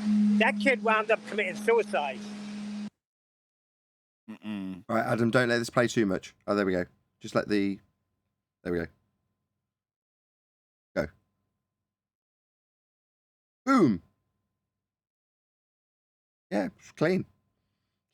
Really That's clean Tommy? punch. Looked like to me. Didn't look like anything was wrong with that. You're saying the gloves look dodgy. They just look like gloves to me. That actually looks like a punch that you'd see in a movie. I was going to say, that looked like it would put any man in a hospital, Tommy. In all seriousness, Tommy. Beautiful. That looked really clean. Just follows through. Look, good technique to me. I don't see. It was a clean punch. Skill. But like I said, I knew there's something not right with that glove. Honestly, if you could get better quality on the camera, or if someone could take my glove off and examine it, you'd say, oh. And it was like pretty fucking bare, mate. You know, like I felt my knuckle clip off his head. Do you know what I mean? And you see me shaking my hand as I pull my hand back. You got to be the most honest boxer I ever spoke to. Whatever. If I threw that punch, I'd be like, yeah, it was really clean. Well, I don't know what to complain about in that, Tommy. No, I'm it saying looks that like the he hit glove him in the that temple. someone put me in a Tommy. glove, That's right? probably- Somebody put me in a glove because I come in the ring rapping, and when they put my gloves on in the ring, and I went to the referee checked my gloves. They were the gloves they put on me. When I landed the punch, I felt my knuckle clip off his head. So normally I don't. When I connect a punch, I'm hitting like I just felt my knuckle hit off his head, mate. You know what I mean? It was more like a bare knuckle fight, more like a bare knuckle punch. Because every time I've ever hit somebody like with my hand, one hand, they just drop. But like it felt like I got a good impact with I know the technique was right, but the actual glove itself, there was not much padding in it. Well, there was some in there enough to get past the referee's examination, but my knuckle got through, and I felt like it fucking clip him, and that's when my hand bounced back. Maybe the I was like, punch "Oh." was so hard that the cushioning inside the glove didn't really matter. Maybe that's an maybe it made you just made you think that it was like, well, maybe it wasn't too padded because I just punched the shit out of this dude's head. You know, maybe that's what it was, man. Because if you're saying the ref checked the glove, don't blame yourself. The I was gonna ref say, checked the glove. I totally agree with You know? Chocolate. I totally I've been agree, putting Chocolate. so many Maybe you shit just gloves though in my fight, Tommy. so- Maybe the ref is in on it. Maybe you're just underestimating your own ability. I've had a I lot think of it was time 'cause- where I've had shit gloves on, and my opponent's had like some really nice gloves, and it's literally every fight. If you look at my opponent's gloves, they've always got some nice custom-made gloves, and I'm in some fucking makeshift gloves that like fucking some yellow fucking shit gloves that have no support, and I can't punch properly in them. So, it's So my own maybe fault, you've really. just Now I've got, my own gloves. maybe Tommy, and you just alluded to it. You've got the support in your wrist. So it's probably the first time the full power's transferred into the padding on the front of the glove, mate. It's called getting used to good gloves, I think. Yeah, probably, I won't be standing here calling myself a cheat because I'd throw in that. And I said, most importantly, as Chocolate says, refs check the gloves, mate. Yeah. Not a cheat. So- What I'm saying is, people that I have never think gone into a it's more boxing where ring you're hitting, you can't say what. Hold on. What I'm trying to say is, you've never been to a boxing ring. It's not about cheating. You've got so many things that are happening in them events. Then there's so many ticket sales and like people that you're walking and Hold talking on, around. Tommy, There's so Tommy, much just things going on. Tommy, You got time just to so I be a can draw, cheater. Tommy, just so I can draw a line under it. The point Tommy's trying to allude to is his point is that it's not just about the gloves. There's a lot going on. So while you're psyched up, you don't necessarily notice that you haven't got your gum shield in or whatever because there's a lot going on. This started with Tyson Fury, people being critical. Tommy's saying, no, in defense of him, you've got so much going on in such a short space of time. There's lots of noise. There's lots of stuff. You don't notice this. You might notice that. And then after the fact, you think about something that you haven't really noticed when it was going on anyway. And then you second guess yourself. In this case, I think that's exactly what's going on with Tommy. He maybe slightly consciously thought about the gloves because he's got shit gloves on. He hasn't got the nice gloves that his opponent's got on. So when he knocks the guy fucking clean out, he's like, could be the gloves. Nah, it's your fist that's done that, Tommy. You swinging through cleanly. I think it's from where Tommy. I think it's where you hit him. It really does. I think you hit him on the temple. On the chin or on the temple. The chin underneath the mouth or on the temple. There are two One thing places for you'll knock sure. someone out. Yeah, you knock someone out pretty fast with that. So Hit him on the button, that's for sure. Imagine Yeah, him with the yeah, feint yeah. and then just landed a clean right hand because Yeah. the feint obviously set the backhand up and it just was just picked a perfect clip. But a bit of extra padding wasn't not going to help the guy. No, that's exactly right. Correct. It's a bit of extra padding. The guy would still be on his ass, Tommy. So I don't think you should be second guessing yourself. Okay then. Well, yeah, I think I'm just trying to say that people that say that these people cheat. I think that they're so, like I said, yeah, you're training all the time. You're trying to find. You're watching videos of different fighters. You're trying to work on your career. You're balancing your life. There's just to be a boxer and to get into the ring. There's so much going on. But I don't think that Tyson Fury is a cheater. I think maybe in some scenarios he's probably been against it. In some scenarios you've probably come up and you've got a little maybe something in favour. Maybe I've got better gloves or not. And that's not really down to the fighter. He doesn't go in there thinking, I hope I get my cheating gloves on. Like, that's a cheater. That's somebody that actually goes out of the way to think, right, I'm going to cheat. I'm going to make sure you put the gloves on me. And he knows what's going on. Because I don't think that fighters do. Sometimes their head is, you're dealing with your nerves. You're dealing with probably some scenario that's happening right before you go out at your fight, or something's happened and you have to switch it off and you have to focus on your fight. You never know what someone's going through. So just call him a cheater. I don't think that Tyson Fury is a cheater at all. Well, no. The only comparison I've got is when I've listened to people in the gaming community talking about why they've cheated, and it's typically not for the reasons you might suspect. So it's normally people like Tyson that are at the top of their game, but they're frustrated with a barrier that's getting in their way to stopping them getting to a destination that they want to achieve. So in video games, it's normally the case that it's a time restraint or a luck restraint, and there's just something precluding them getting to where they want to be, and therefore they cheat. So you normally look at the circumstances surrounding the event and say, well, is there a motivation for what could be a perfectly reasonable guy under most circumstances to be pushed to cheat? Now, if that's the case, then yeah, you go, well, let's look at it from all these different aspects. But one of them, the gloves, you're like, really? Really? Okay. We're going to look at it from that perspective, especially when it's the only person with you, Tommy, when you make it your example in this case. You know, you're the only person giving the account. And like I say, most people around you are like, meh. Nobody's even concerned because it's ultimately not your responsibility. I don't know if it was Adam or Brian that said it. It's like, the ref checked the gloves. That's it. Your responsibility is over. Now, further to that, people are involved. Are people deceptive shits? Yeah. Are there enough deceptive shits in boxing for there to be dodgy shit going on occasionally? Yeah. That is true with absolutely any walk of life ever. So, yeah, because there's dodgy people, yeah, that means there's going to be dodge that you can find if you look hard enough. So what? Does that mean that the man in the ring's intentionally putting on horseshoes? No. Well, then that the fault of that is the boxer. You should make sure if you're concerned about that, and it seems like Wilder was, then he should have made sure that those gloves were checked and everything was legit. Exactly. If not, then it's That's your what own your fault. corner's for. That's your corner's job. Your corner's job is to do that. It's not no one else's job but your corner.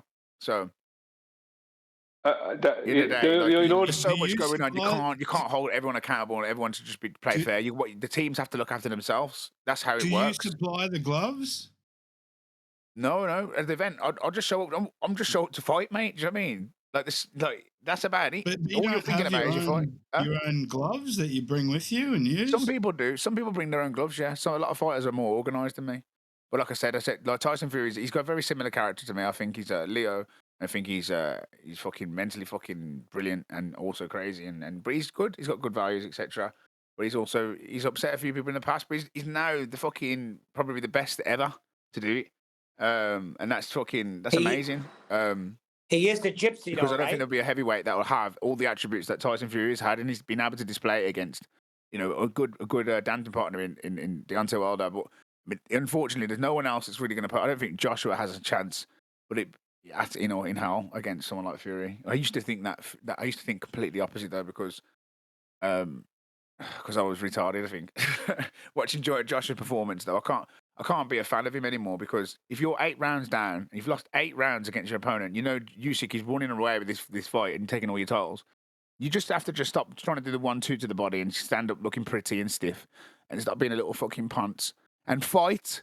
Absolutely fight your heart out. You're getting paid millions of pounds and you're 8 rounds down, you absolute pussy. I can't deal with that mentality. To stand there and be such a conformist little bitch and just stick to the instructions of what your corner's saying after 8 rounds down.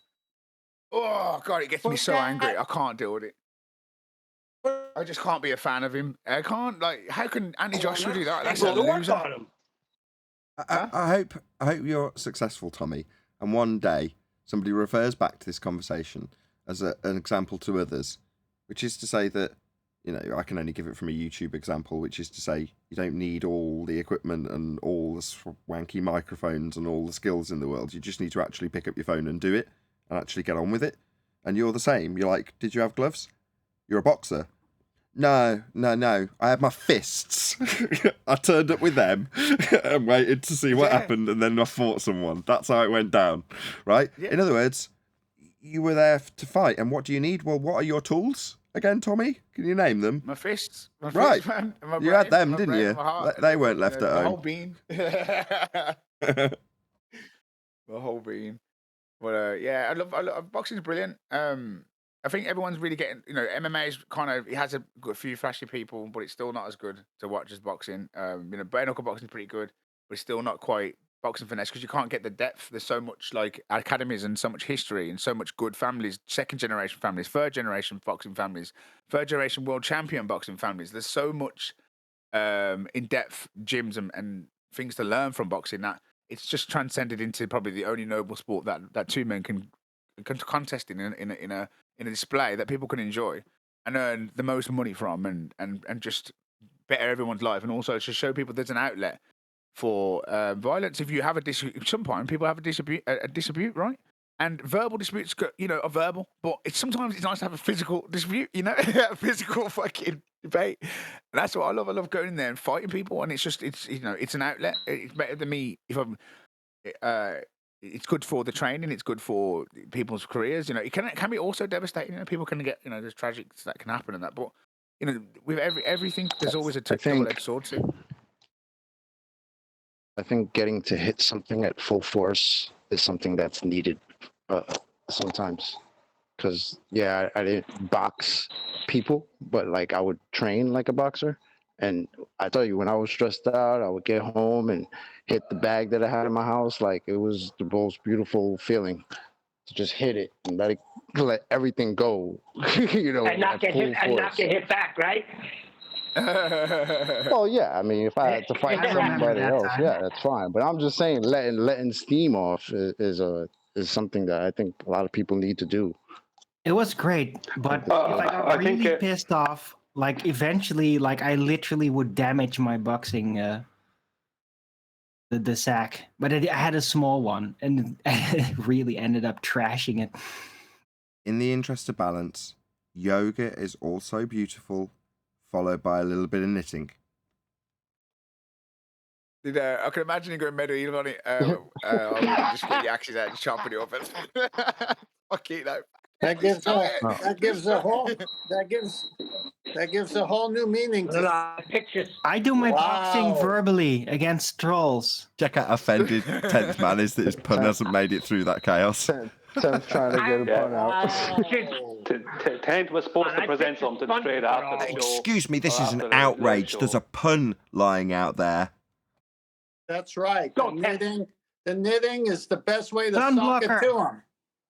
Oh, Arwen, you bastard. Sock it. Say again. I thought you were going to say stitch Arwen, I'm sorry. Yeah. Arwen, I'm sorry, but you boxing just envision. No, I'm not any good at boxing. My wrists are not good for that. That's fascinating. Thank you. So I'm assuming that both Neil and 10th are now waiting in the wings for this crap conversation to end between you and Mr. Fuzzy Mike Neil. I've been trying to look for an excuse to end it for I'm waiting. Kiwi's online too. Yeah, I'm waiting because I don't want to hear anything about talking about food, any flack about talking about food on my show. In the intro, in the first 10 minutes, we are 1 hour, 43 minutes into this show talking about a bit of boxing. That's just a demonstration of how limited the resources of the fundies to attack what we put down is. So we've got time to talk about boxing and audio quality sometimes. But at the beginning of the show, food. Now I'm hungry, John. That's thanks to you, John. At the beginning of the show, talking about this, no. Yeah. Does it matter what time in the show it is if time is just the concept? Yes, very, very important. If you've got the slightest handle on YouTube statistics, it's critical. Well, food creates energy. Energy may be influenced by the bending of space-time if that were real. Look, we're talking about YouTube stats. Right, look.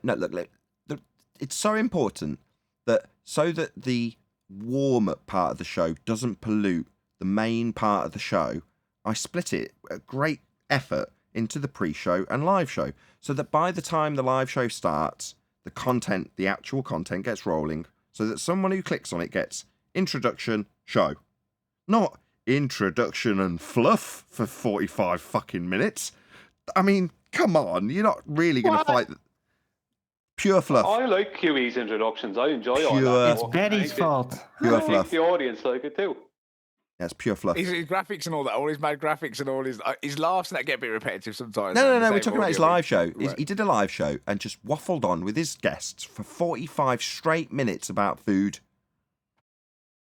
That's all your fault, John. At one stage, right, I attempted to appeal to Mitchell. I thought he's the new guy. He's going to be taking this seriously. I was like, from the chat, Mitchell, come on, you've got to step in. You've got to do something about this. Bring this back on track. So what does Mitch do? He comes on the mic on the live show and says, Nathan's really enjoying this conversation, says we should talk about it a lot more. I'm like, you bastard. He gets it. Mitchell is ace.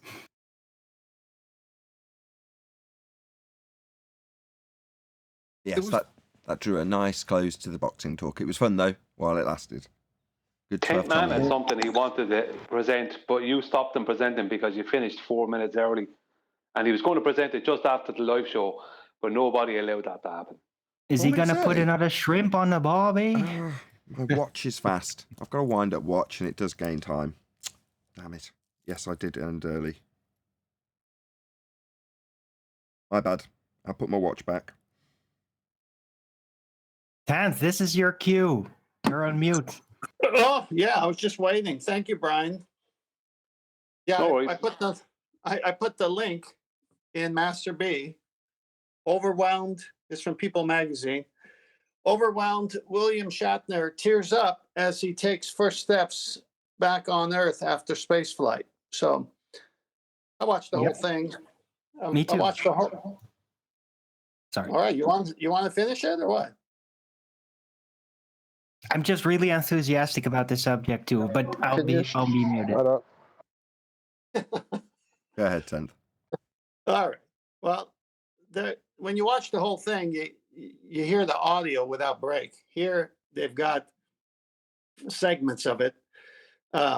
If you scroll down just from the top, it says, Shatner teared up as he expressed his belief that all humans should experience the wonders of space travel, which he was not in space. It was suborbital, but everybody in the world needs to do this, Shatner said. Everybody in the world needs to see.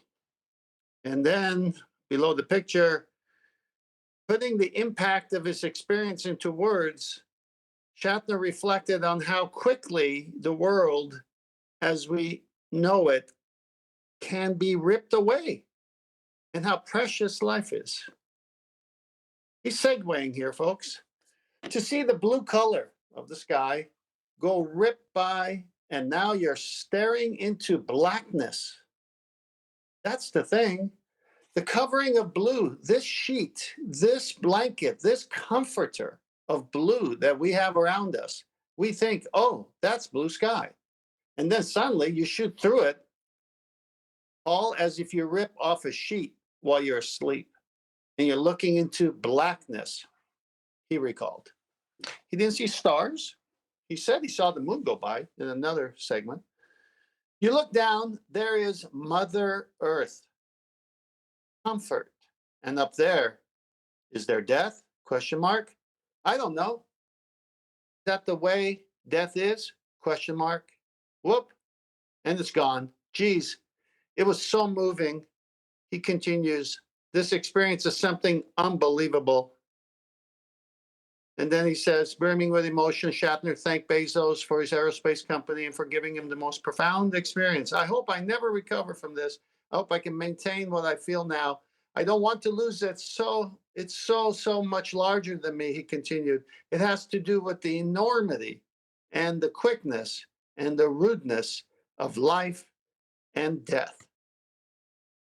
What I would love to do is communicate as much as possible the jeopardy, the moment you see the vulnerability of everything.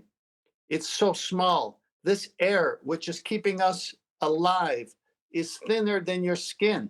Really. It's a sliver. It's immeasurably small. When you think in terms of the universe, he shared, I am overwhelmed. I had no idea. You can keep reading if you want, but this is the biggest psyop for climate change. Oh, come on. He did not freaking mention the word. This is the biggest psyop for climate change I ever heard. No, not climate change at all. He was talking about freaking science fiction, man. He that guy gets it. Yeah, no but climate change bullshit. Absolutely Yes, not. he was. Yes, he yeah, was. yeah. Save The the powers planet. to be, the powers to be will use it for that. He will use Of it course for what they he will. wants. Well, then be He quiet. didn't mention it though. Oh, He Mother didn't say Earth, it. it's fragile. The thin You're air. being a fanboy, Alwyn. You're being a fanboy. Yeah, no, yeah, I am a fanboy. That's damn right. And he didn't say climate change a single time. Just because you say Mother Earth and vulnerability, it Okay, is. we It heard. is. Yes, In the okay, heliocentric okay, model, that's okay. correct. Hold on. Then I Hello? just freaking Hello? make a statement without everybody rolling over it for crying We heard out it loud, 'cause man. it's the second time we were hearing it. We heard the We've first been time. doing that all Thank day. you, Chocolate. All We heard- day. This is the Thank first you, time I'm Alwyn. freaking Hello, speaking up. trying to get some control. Yeah, we heard. We get it. He did not say that. You said it twice, and everyone started stepping all over you. Right. Well, he didn't say it. However, there's no way you can deny it was implied. That's what Tent's saying. If you want to defend that it wasn't implied, you'll have a struggle. It's just not. He didn't say it. You're right. Right. He was just visualizing the heliocentric view of the Earth, but he also paid very careful attention to what he perceived during the launch. He wasn't just sitting in his seat feeling all smug or something. No, he was actually interested. You are actually a fanboy. He had Yes. to say. He said, "Save the planet." For Yes, what? so what? Climate emergency? No, from fanatical anti-globism. How about that? Didn't say that. Wow. I know he didn't say that. Okay, so That's can we just move? another suggestion. Can we move on? Thank you, 10th. Epic. Don't Nice. destroy the dream. Nice to be up to date with what's going on with William Shatner. Thank you all very much. Now, on to Susan Sarandon. No? What? Why can't we have this? Why can't we do this? hysterical, We had to Nathan. talk about boxing for an hour. Why can't we talk about this when this actually is much closer to our hearts? Why can't we just have this We can. discussion? We did. The only reason I think we talk boxing is when because it's I just a was break. Why do we have to cut it break off for you then? guys, because I feel like, Oh, We you talk guys an hour always for talk about the same boxing. things Why over can't and we over talk and about over. And this? sometimes it's good to hear like something else to talk about. I never intended to talk about boxing, but things just usually take that turn. 'cause It's not. It's an interesting I'm not thing blaming in you, sport. dude. I No, am. people I'm not have blaming I wonder you. why you got. I completely I blame wonder Tommy why for you this. got so offended when I told you what I did to William Shatner at a restaurant. Now I understand why. Fanboy. Dude, he pretty much single-handedly started the futurism revolution, man. Okay. And he thinks that too, by the way. He has like a big ego, but I think he deserves it. Dude, he's freaking 90 and he's still healthy. That's an accomplishment alone. His greatest work was Saturday Night Live. That skit he did. Oh, epic. Ooh, yeah. Good times. I'm still straight on whether you're even putting these people on giant penises they call rockets anyway. Personally, I don't believe that crap. What? Which I bit of don't it? see why not. Which bit of it don't you believe? You don't think they did the journey at all? I don't think in the way they showed it. I don't think they put people in these rockets, man. Giant penises. I don't think they're putting people in these things. The rockets Can I back in just the hear, day, hello, maybe. hello, Chocolate, Well, right they in the don't- middle. they Hello, don't need to. hello, Chocolate's right in the middle of his thought. I just want him to expand a little bit on it. Just let him. Go ahead, Chocolate. Yeah, I mean, that was pretty much the thought. I don't think that they put people on these rockets. They just make it look like it's like a little magic trick, innit? Like they what you see them Yeah. walking in, and you think, oh look, they're going in.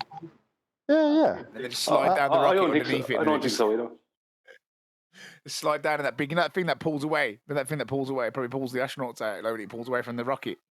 That big massive thing that they got attached to it. That's like the escape chute. what So I'm the people saying. fall down into that. An actor. And like you know, like you, and when I watched the thing fall out from the sky, the satellite thing that was recovered, and it was in the water, and there's 2 people in it, and they recovered it on a boat, and they didn't get the people out for like about an hour. I was watching the live stream, and it was like hosing it down and trying to get all the chemicals off it, and just taking that extreme precaution. I was thinking, and on it's just landed in, it's just come from space. There's nothing in there apparently. Yeah, landed in the water. Yeah, it's been in salt water for like about 20 minutes, 25 minutes. You pull it out of the water, and you still need to give it another hour to get air off it, like because it's already been in the water for like 20 minutes, half an hour. Like it's clean. Just open the fucking thing and get them out of there. But then you have to like make a sleight of hand and get the astronauts to come back into the thing. That's why they take so fucking long to open it. Oh no, we just have to go through procedures. You know, there's things out there in space. Oh, we just have to. It's just fucking cameras and action and just set up. So they're making sure there's no way that you can determine that these people didn't come from where. Sure. Yeah, but the big difference though is you get a clear, direct view, very close up of the freaking windows, and you can actually see people moving in there before the launch.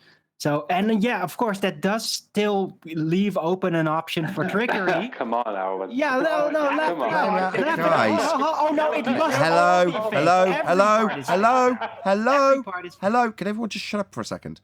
Just let Arwen respond. Let him get the full point in response out. Go ahead, Arwen.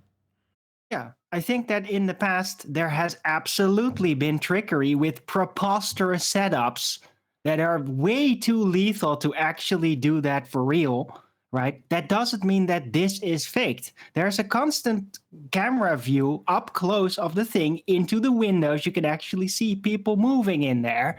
I think they actually did do it for real. This is just a very expensive ride. Yeah, I'm sold. Yeah, no, they don't need to do it. They already have high altitude planes since way back in the 60s.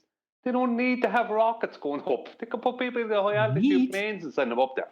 Who's talking about need? This is a ride. A Hold ride. on. You can't fake a ride. Hold If you on, want to but- get paid for Okay. a ride, you actually got to provide a ride. Thank you. Yes, that doesn't necessarily mean the ride that you see on camera is the ride that they got, though, is the point. Right, Brian, what were you saying? Yeah. Yeah, they have high altitude planes since the 60s or 50s, maybe, I don't know. But they have high altitude planes since then. Like the Blackbird. X-15, that was super high altitude. Right. Bosch together in SR-72. Yeah, Bosch Sorry? together in no time as well. The SR-72 Blackbird was Bosch together in no time, right? Well, the SR-72, well, yeah. Well, I mean, the thing about this, they have these things. I mean, all they'd have to do is modify one of the SR-72s, and they could have passengers on it. You know, like, how do you know how high up they are? You're not going to go up there and be able to verify it, are you? You know, and the people in it wouldn't even know. Even if they knew that it was a joke, they still wouldn't know how high up they are. They could say they're up there 200,000 feet, 100 or whatever height they want to say. You know what I mean? 100,000, 200,000. You can't tell any difference. You know, they don't need rockets. It's like satellites. They don't need satellites. They have stars. You know what I mean? They don't need satellites. They already have stars to trilaterate your position. Same thing, isn't it? So the SR-71, I vaguely remember it being claimed to get up to about 80 and 90,000. How high were they claimed to have got in this penis rocket? I'm not sure how high they've claimed to get up to that in the penis rocket. Anybody know? They said this went above the Kármán line, whatever that is. Yeah, I caught that one too. So this one did supposedly go into space. Did the previous launch not go into space?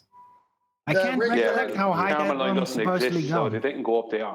They couldn't have gone past the Kármán line because it doesn't exist. You know what I mean? Yeah, There's no such place. that's why I said they said they went above Yeah, the I know. Kármán line. Yeah.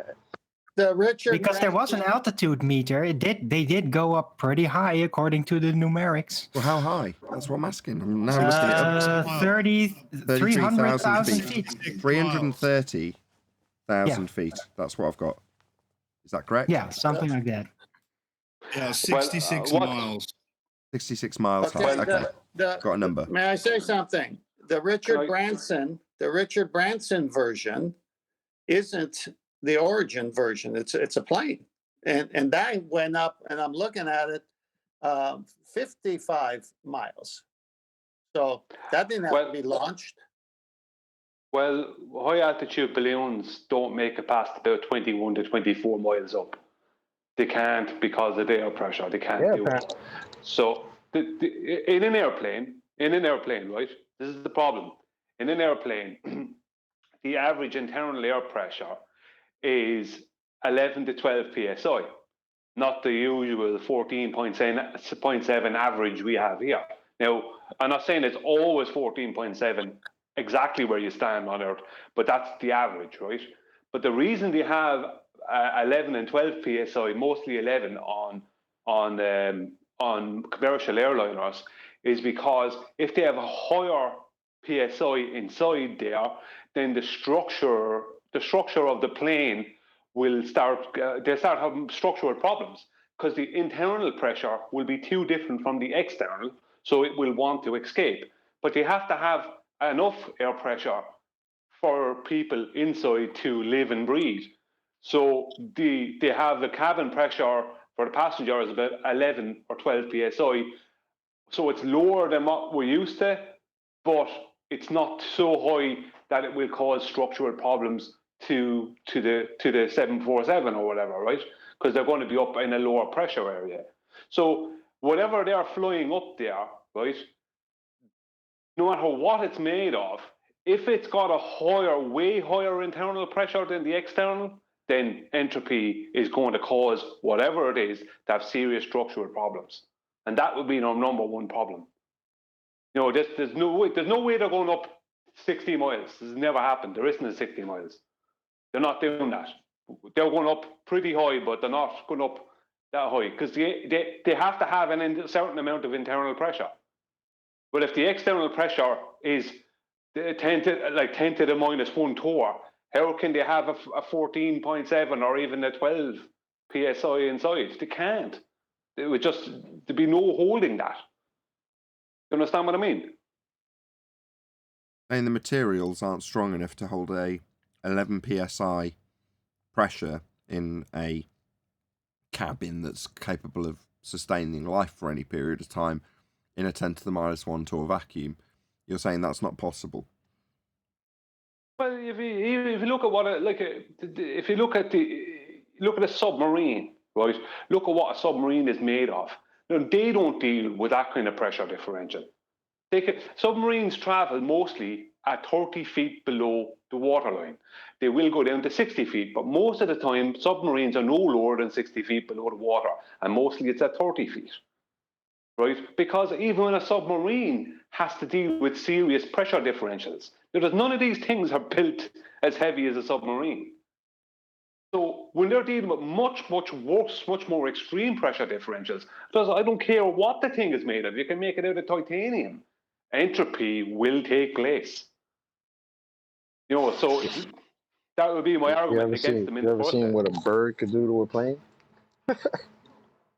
Yeah, because that's true. I've had pilots tell me after I marshaled the plane back into the ramp. I've had pilots tell me, yeah, it was a bird, and half the nose of the plane's like destroyed. And he's just like, yeah, it was a bird.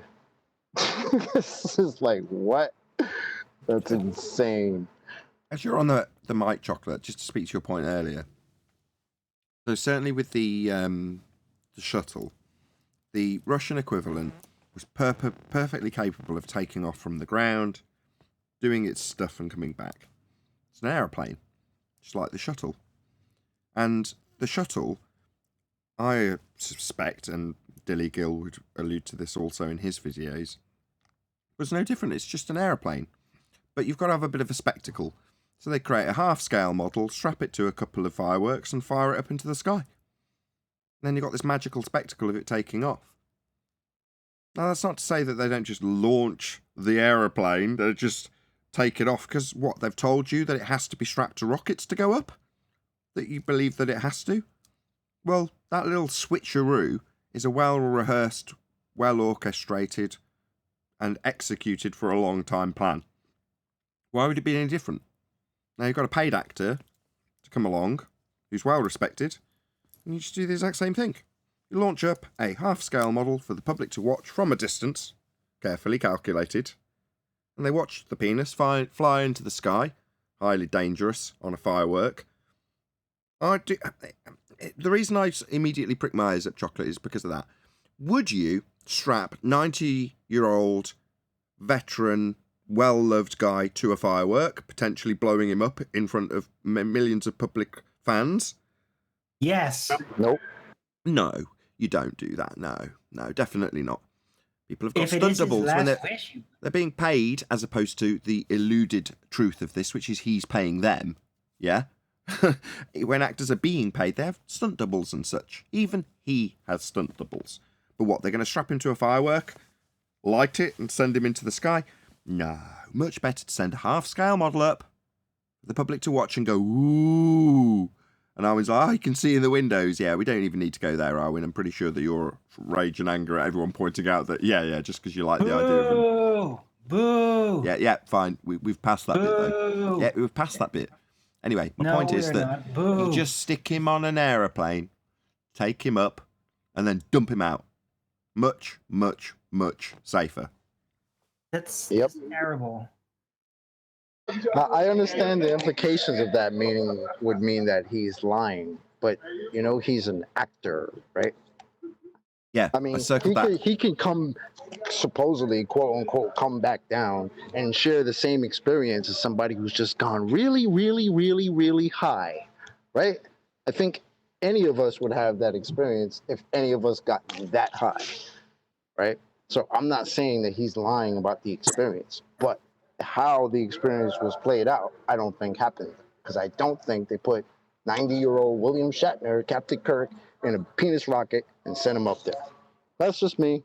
Maybe I'm wrong. Maybe I'm right. I don't know. Well, this creates a quandary, you think his doesn't it, insurance Chocolate? companies don't allow him to do that? Hold on. What if he just said, I am going to do that? Hold on. Just let Arwen get his point. Yes, insurance would be horrendous. Correct, Arwen. But moving on. Yeah, Adam, go but ahead. also, he is a character, and he does things that everybody else don't want him to do, and he does it anyway. He's a character. He would do that. Yes. He would risk it. Okay. Chocolate pointed out earlier, I tried to get in and say the same thing, which was someone in the chat also called Nathan, said it during the live show, because there was a discussion going on. I just put the chat up, put my mouse and circled him saying exactly that. We do appreciate this guy's an actor, right? In the most literal sense, he's not only an actor, he's an actor that goes to space when he's an actor. Yes. He's also a singer, by the way. Don't forget Thank you, fanboy. Adam, go ahead.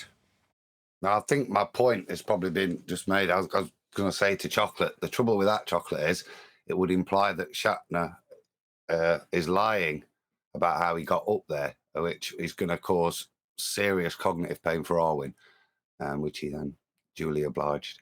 Do you love him that much, Arwen? I'm really shocked at this. It's freaking I think me he's out. a legend. I like what he does. I like his acting. I like his passion for the dream, because William Shatner is one of the first people to actually recognize that science fiction is like a dream we're all upholding. And he's very inspired when he talks about it. And he's been doing that for half a century, people. So at the beginning, I raised the point, and Chocolate said it again. How does a 90-year-old man take the G-forces of a rocket takeoff, you see? That was my question. How that used to be for the fittest and the best. And like I say, I don't think there's a problem in coming down in a parachute. But as for the first bit, I think that'd be rather dangerous for somebody that age. Yep. You're not allowed on a roller coaster, for example, at that age. Yeah, unless you pay enough, right? And I think that William Shatner really, really wanted to do this. Personally, He was a guest. He didn't pay. So he's going to pay to make people look the other way when it concerns the risk. I think he really wanted to do this before he died. Well, the official God, the this official is sickening. the official oh gosh, Sickening. You're all a bunch of stupid flat earthers. You don't get the dream. The official narrative is that he didn't pay. He was asked as a guest. That's the official narrative. Now, again, this is the first time I could recall that someone is said to have gone that high, and the first thing out of their mouth isn't, I saw the curvature of the earth. This is the first time that didn't happen. Now, I take notice of that because all the other ones were meant to push that narrative. But this time, they pushed another narrative. How fragile the Earth is, how thin the atmosphere is. Mother Earth, wake up. Oh no, I talk about those things too. I just don't fall directly into that railroad narrative that's kind of pre-constructed for religious fanaticism and all that with Gaia and that nonsense, right? Did I say Gaia, or did I just quote unquote read what he said? Yes, you did. Thank you. And I explained, yeah, I get it. Arwen, how do you look past entropy with your belief? What? How do you do that? How do you look past entropy? How do you strawman me with a very bizarre question? Because you're claiming that Shatner did this thing. That means he had to breathe. That means the outside pressure would have to be ridiculously different from the inside pressure. What are you talking about? But you're saying Shatner went up in this thing, right? Up to a high elevation, a high altitude, right? But for that means he has to breathe, right? He has to be able to breathe and function. Otherwise he'll go unconscious if the pressure goes too low. So I'm pretty sure the capsule is very well insulated. Like it's not gonna leak. And they probably I'll bring it back to submarines then. Submarines, is it as built as heavy as a submarine? Well, submarines are very different because they are in exactly the opposite type of circumstances. They have to endure extreme pressure instead of depressurized situations. Well, no, they have structural problems. Submarines have structural problems because the air inside the submarine wants to get out because of the pressure on the outside, the lower pressure on the outside. No. What Arwen's saying, let's just clear this up.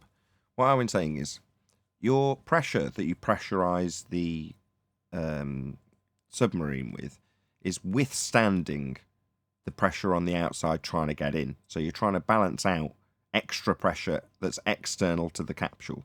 Whereas in terms of what they're describing when they go up to the very thin air, you're saying at 10 to the minus 1 torr, it's the polar opposite, according to Arwen, where you've got the structure has got to just withstand the internal pressure trying to get out. That's the higher rate that you're trying to fight against, as opposed to the water pressure trying to get in. So it's exactly. Yeah, but I'm speaking about air. The air inside the submarine, right? That's one of the main things they have to take into account when they're building a submarine, is the fact that the air wants to get out and get up and out of the water. Right? When they're building a submarine, that's part of the reason why the submarine. Oh, I see what you're saying. So I see from that perspective, you're saying it's yeah, you're right. It's the same then, because in terms of what the actual forces that the capsule's experiencing, regardless of how high or low it is outside, you've still got the pressure of the air trying to get out. Doesn't matter which circumstance you're in, submarine or sky vacuum claim, you've still got the pressure inside trying to get outside. That's the bottom line, right? That's right. Yeah, that's why on airplanes they have to. That's why you end up with. That's why I reckon. That's why you end up with flight sickness, because you're in lower pressure, because they have to keep the pressure lower. They have to keep it at 11 or 12 psi as opposed to the usual 14.7 you're used to. They have to keep it at that because the structure of the plane, to get the plane up there, they have to have it built the way it's built. If they built it too heavy, they won't be able to get, of too much steel, they won't be able to get it up there. So they can't build it of very heavy steel. They have to build it of aluminium and stuff. So the problem they have is that if they have an internal pressure of 14.7 inside that cabin, right, and this is only at 5 and 6 miles up, if they have an internal pressure at 14.7, they'll have structural problems because that 14.7 will be too different from the outside pressure. So how are they stopping, like when they're claiming to go way above that, that would mean the pressure would be really low. So even if you talk about 21 miles up, we are talking about around 0 or 10 to the minus 1 torr maybe at 22 or something miles up, something like that. Then, I mean, the internal pressure, like even if that's the internal pressure, like how low would that have to be? Like, do you know what I'm saying? How low would the internal pressure have to be, and what would the thing have to be made of to stop that internal pressure from equalizing with the That's external? aerospace materials, but who's to say that the pressure is actually that low there, right? What is the we actual have. pressure? Hold on. outside? Hold on. but you Arwen's can- question is akin to Brian's point. You know, you can't. He started this by saying, "Well, that isn't a place you can go. It isn't a place that's real." So they definitely didn't go there either. Is how Brian's starting this. So when you're saying, "Well, how low do you have to go?" Well, Brian started this off by saying, "Well, I don't think that's a place that can go at all." Yeah, well, I mean, we know from a helium. If I want to send up a weather balloon, I have to. I only partially fill it with helium, because I know that when it gets to 20 and 22 miles up, it's going to be expanding out so much because the helium inside wants to get out and equalize with the pressure outside, because the pressure is so low. So in an airplane, you have to keep a lower pressure cabin pressure for the passengers than normal. They have to keep it at 11 and 12 psi instead of 14.7, because otherwise it'll cause structural problems to the plane, because the internal pressure will want to get out too much. So they have to work the internal pressure off of the external pressure.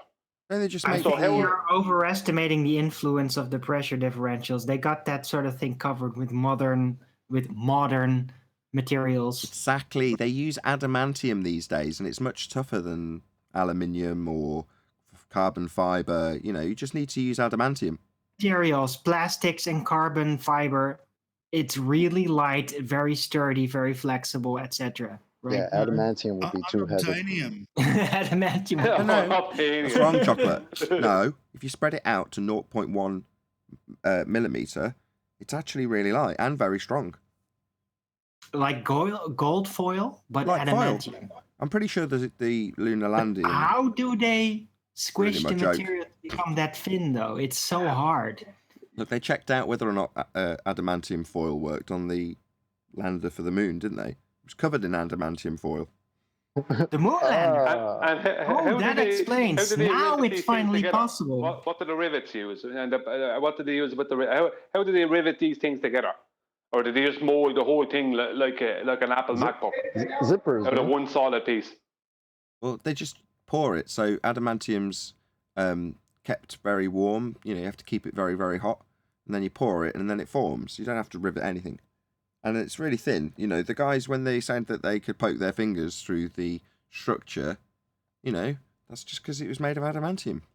Doesn't mean No, they can- you got it wrong. No, adamantium is actually it's partially a chemical reaction, because when it's liquid, it's not super hot, not that hot, but as soon as it solidifies, it undergoes a chemical reaction, so it cannot be molten again. Otherwise, it would not be as tough and hard as it is. Yeah, that's Right? dependent on the pressure it's under. So, yeah, you don't know everything about adamantium at all. I paid attention during X-Men, dude.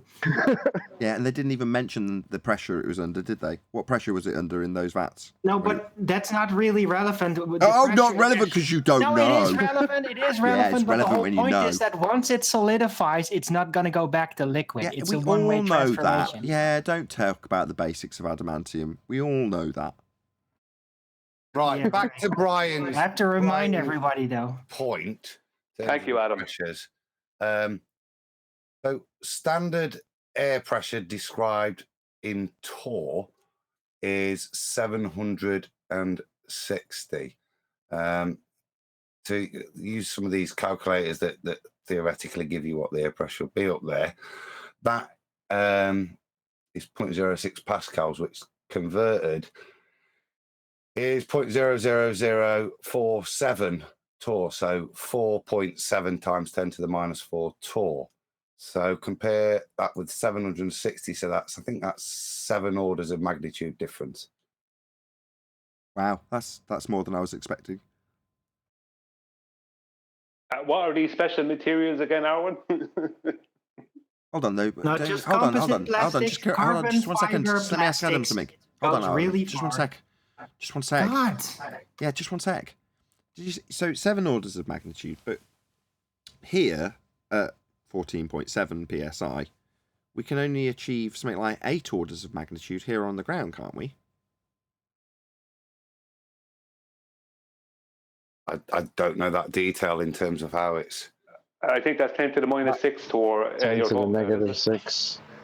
In NASA. Well, I don't know if they can go further than that. Ballers say they can, but I know the NASA vacuum chamber in Sandusky, it's 10 to the minus 6.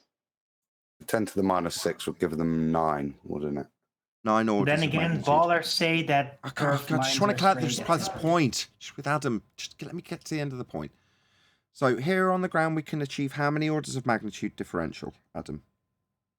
From what Brian's saying there, that's 9, isn't it? We're creating from there, and then that differentiates to, I say 7, wasn't it?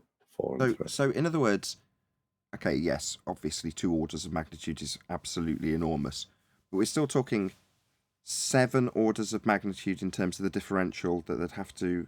Yeah, now that I know that detail, Brian, absolutely, I am 100% behind you. The area they claim to go to at 330,000 feet, that area wouldn't exist at the pressures that are claimed. No, and there's nothing that you could build to fly in it with humans inside it. No. Nathan, not all. No. That's funny. That's. Go on, Chocolate. Sorry. No, I was just saying that number, it's funny, that's like 200,000 feet higher than Baumgartner.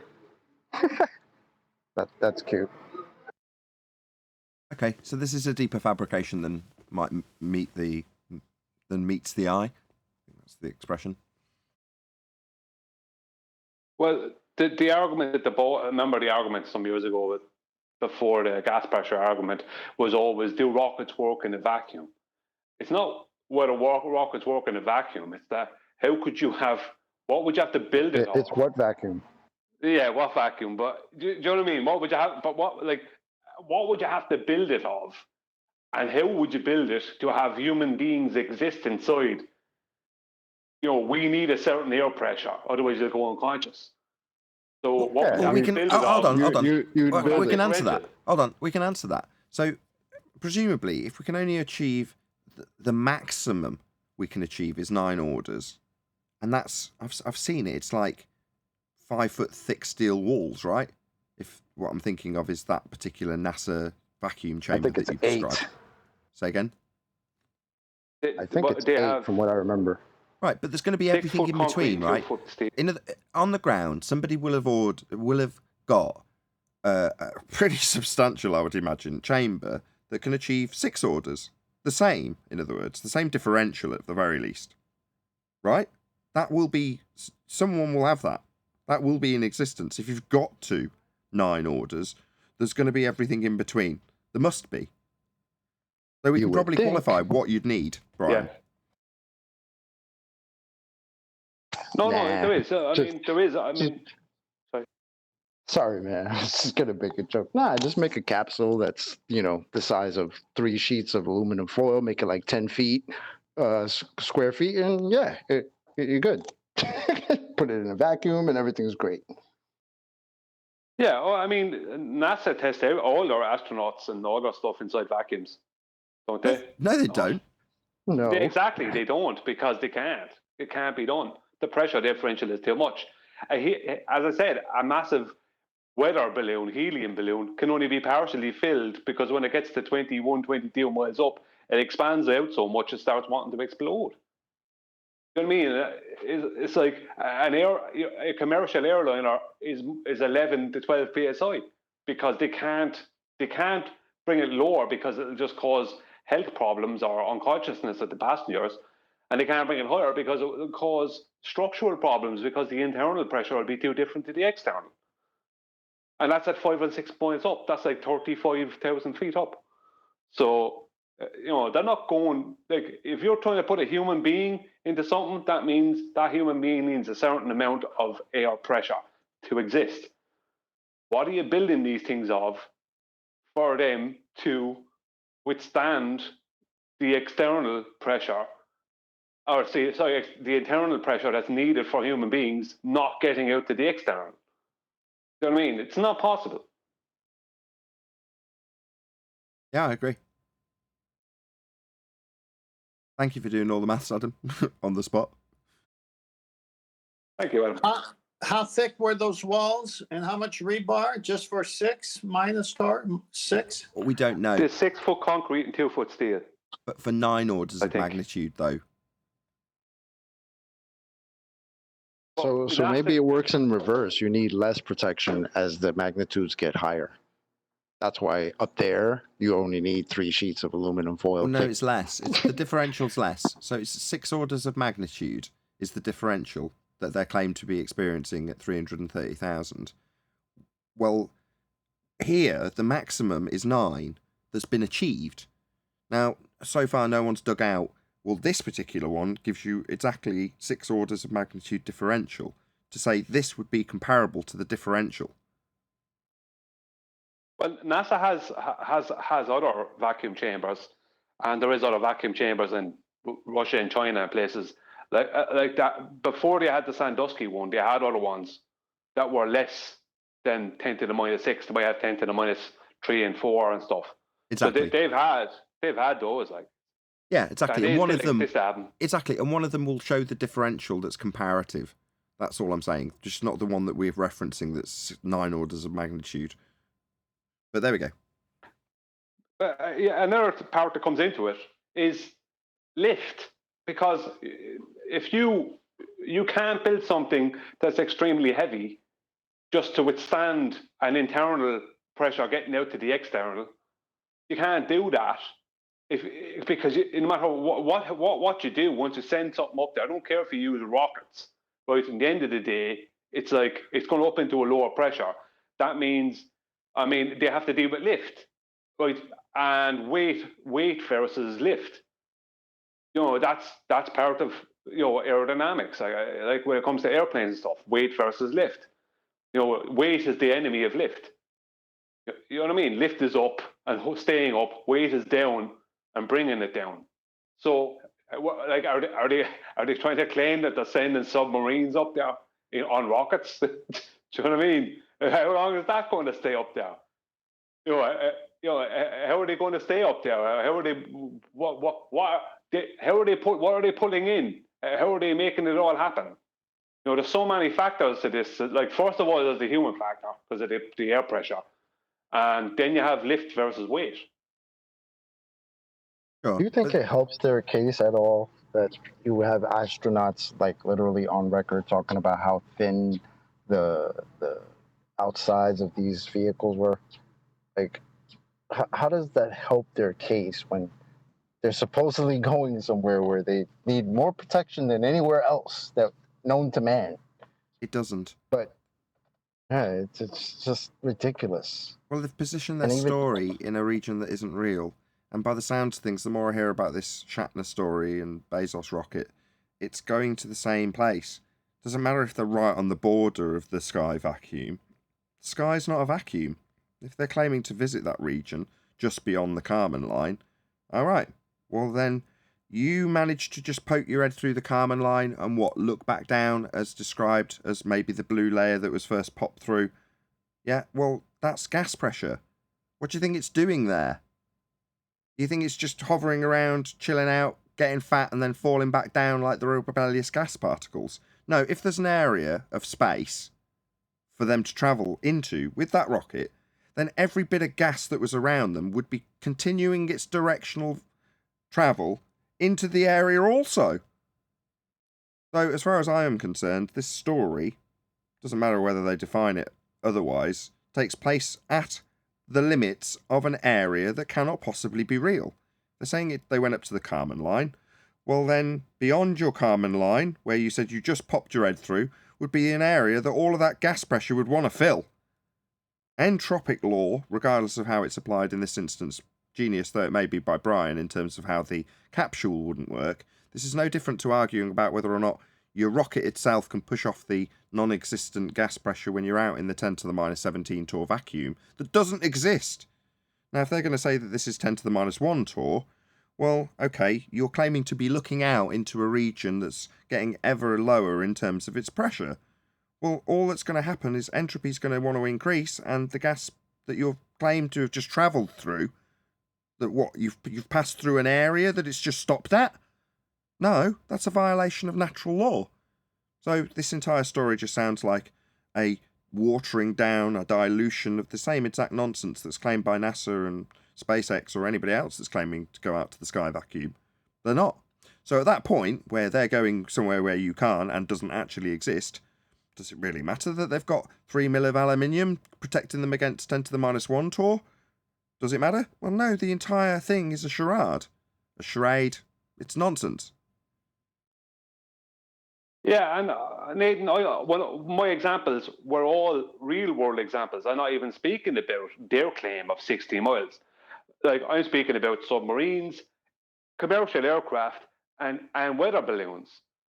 Like a weather balloon's going up to between 20 and 24 miles and they explode.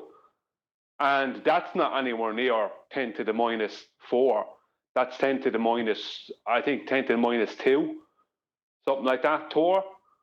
And they can only be partially filled because they will expand out so much and explode. So, I mean, you know, the whole thing is like, just use real world examples. The whole thing is completely preposterous. Yeah. So the sky's not a vacuum. They're claiming to be looking out, popping their head through gas pressure that's not escaping into the region if they're going to claim it's space. Well, then it's a space. What does gas do when it comes to space? Oh, yeah, it fills it. We've just done a little bit more looking now because none of this is real. It's all calculators and statements. It's the only thing I can find is 80 kilometers where there's a statement of 0.01 Tors, but that's what still 1, 2, 3, or 5 orders at 80 kilometers. So it's hard to really get anything because it just seems to be at these heights based on, let's say, formula rather than citation. The thing about that, Adam, is as I said before in that presentation I made about the sun causing the pressure gradient, is after high altitude balloons, there is no other real world data.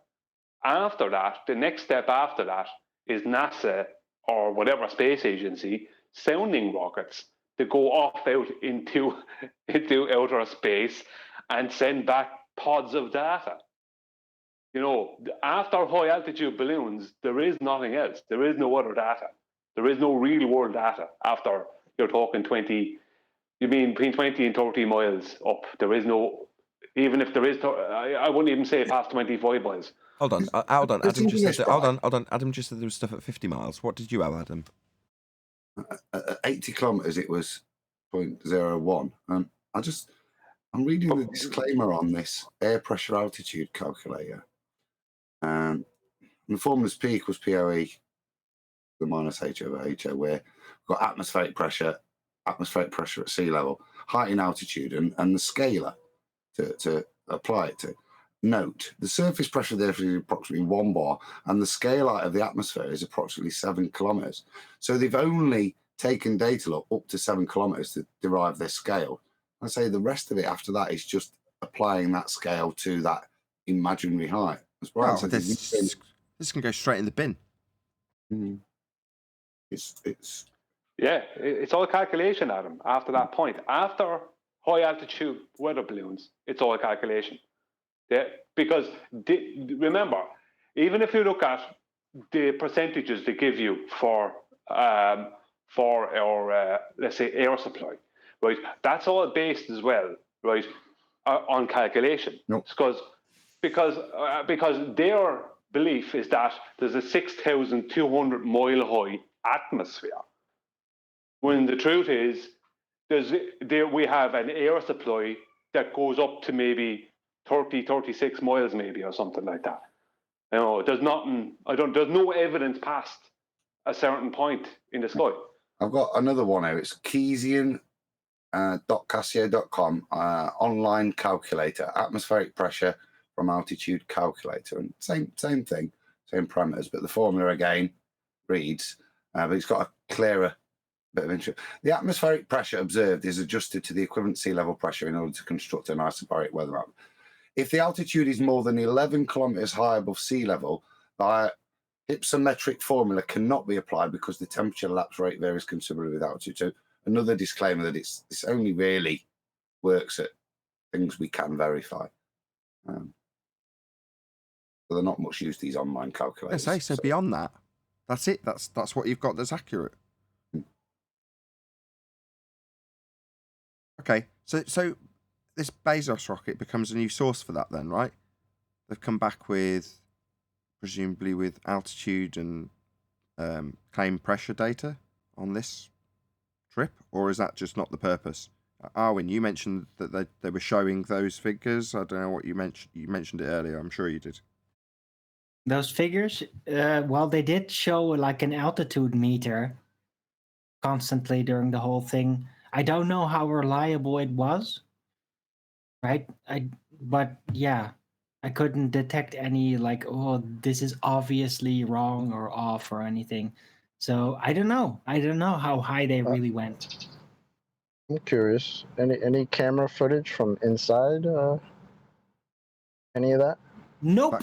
But there was mention, Oh. though. There was mention of the moment. Oh, look, they're now at the In point. where they- 2021, no footage from these guys on the inside of this penis rocket. But in Nope. 69, we had full HD. I've seen a little color. With, really? Yeah, a little bit of a bloke sideways floating upwards a little bit, and Shatner looking out the window, and he looks at the bloke floating, you know, looking like he's a bit weightless. But that's literally for 4 seconds. That's just what on one of the news things people put in, you know, there's a little bit of video. And then it goes into 3 minutes of clips from Star Trek, which I found more telling. That the clips they use are from the 60s show, and you get 3 seconds from Bezos' shit. So, Adam, who took that shot of them floating?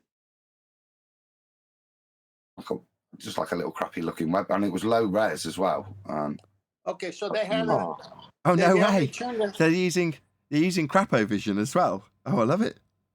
Yeah, that's why I asked. Because in 2021, you would think the technology we have to 4K this beautiful event where we're sending this world famous actor into space where he's been acting like he's been going for years. You would think you'd have a pretty good shot of that. Nah. I'd love to see Dilly Gill take this apart. So if anybody can get a word to Dilly Gill and say, hey, any chance you can just have a quick look at the Bezos Shatner nonsense and just pull it apart like it was a 1980s NASA launch, just for fun. It'd be great to see someone like him dissect it, right? Oh yeah. So you mean, Chocolate, that their camera on their phone was more powerful than the one in the craft? I mean, apparently. I mean, what I'm saying is, did they show any of that during, like, while it was happening, or did they have to wait to get on the ground to, you know, to show that? Because you would think you'd have like the side by side, like, you know how we just sent these clowns to the International Swimming Station. Yeah, we had beautiful footage of them inside doing 27,000 miles per hour while crossing their arms and legs and shit, right? So why didn't we get that with this? I've just looked it up. There is actually a genuinely reasonable explanation. Apparently, inside the rocket, there's a little light that comes on to turn your seatbelts on and turn off all electrical devices because it might mess with the flight controls. So obviously they couldn't turn on their phone. Beverages once we level up. The no smoking signs came on. That's what you said. Okay. Yeah, you know what's so amazing is that they could easily put cameras on the outside, vertically, horizontally, but they don't. They can put cameras on the inside, looking in the interior, catching the, faces of the so-called astronauts, and then also from the inside looking out the window, but they did not. And so all you see is it going up and coming down, and then these wonderful experiences that we have no proof of. This is going to be about 3 seconds if you want me to play it, Nathan, or I can just screen, just move it a little bit. It's No, just play. If it's only 3 continuous seconds of video, I'm sure it'll be fine. Just click the hide button. Just click the hide button first. Oh yeah, sorry, mate. To make it bigger as well. Oh no, that's fine. That's good. Yeah? Yeah, that's good. Okay, there we go.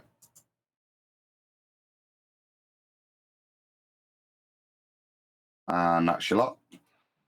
Wow. We can go to reporters. Hello? It looked like a caravan. Hello? Hello? Hello? Check. Hello? Yes, we Tommy. hear you. Yeah, we hear you, bro. You're good. I was speaking earlier. No one could hear us. I had to leave and join the room again. Talking to myself that whole time, like abbreviating on what people were saying and stuff. I think when you said about the rockets going up and stuff. Obviously, you say it can't be air. So let's say it's definitely not like absence of air. Sorry. So it's got to be something, right? And then think about waters above, and you think about. God, don't interrupt this for this. Hold on. Go ahead, Adam. Just finish off where you were. No, so that was the point. This is the quality and the length of that we get from this epic point of for mankind, and then like I say, we get a lot more better quality It looks from the 60s. Why is he not floating? Why is the other guy just floating? Not him. Well, that was what I thought was a little bit weird. He looks. Oh, no, maybe he'd have been to space. He religious, Nathan. I don't have any religion, you know. I don't believe in any of the Tommy, text and stuff like that, but I'm just listening. just answer me this. Can you hear Adam talking? Yeah. So while he's in the middle of a sentence, do you think it's necessary to tell us that you don't have a religion? Because you said I did, and I just thought that I didn't have one. But I didn't hear him at the beginning. I thought he ended his sentence, and I've been listening for a while. He's in the middle of talking. I'll wrap up quickly so we can get to your theology, Tommy. All I'd say, look, that's all you get is this little bit, and as you say, though, he looks around. Look, this guy's sideways floating. Shatner's not thinking, "Oh, I'm going to push off." He looks around and goes, "What's he doing?" I mean, did they strap him down so that he doesn't float away? Maybe he's too old, so they needed him to stay put. Like, watch, look. Well, why is my bum not lifting? Yeah. And that's it. Yeah. Wow. You got to post that, Adam. That's great. Well, Okay. William looks impressed. So this is high wire work. Could be. Could be. All fake. Could Probably. be. Hold on. Just give us the 3 seconds again, Adam. This is Okay, it is. Yeah, it is. This is clearly. I have a very bad. Just make my statement nice and clear. Not during the live launch. This is clearly trapeze. Stick it That's on. what it looks like. That's what it is. It's Well, trapeze. It's on a high wire. That's what it is. Can I ask a question? Go ahead. Who did they buy the caravan off? Because that's what they're inside. It looks like a high. One of them posh trappers had it beaded, isn't it? Yeah. And look, there's a camera right there on the left of William Shatner, right? Does that look like a camera? Where did we get that angle? And all the angles, because there should be like 30 cameras in this thing. Oh, but what do they tell us? Oh, NASA doesn't have to show you guys anything. It's on the ground. They're not obligated to show you. This is on the ground. This is not in the air. What you are looking at now is a stage.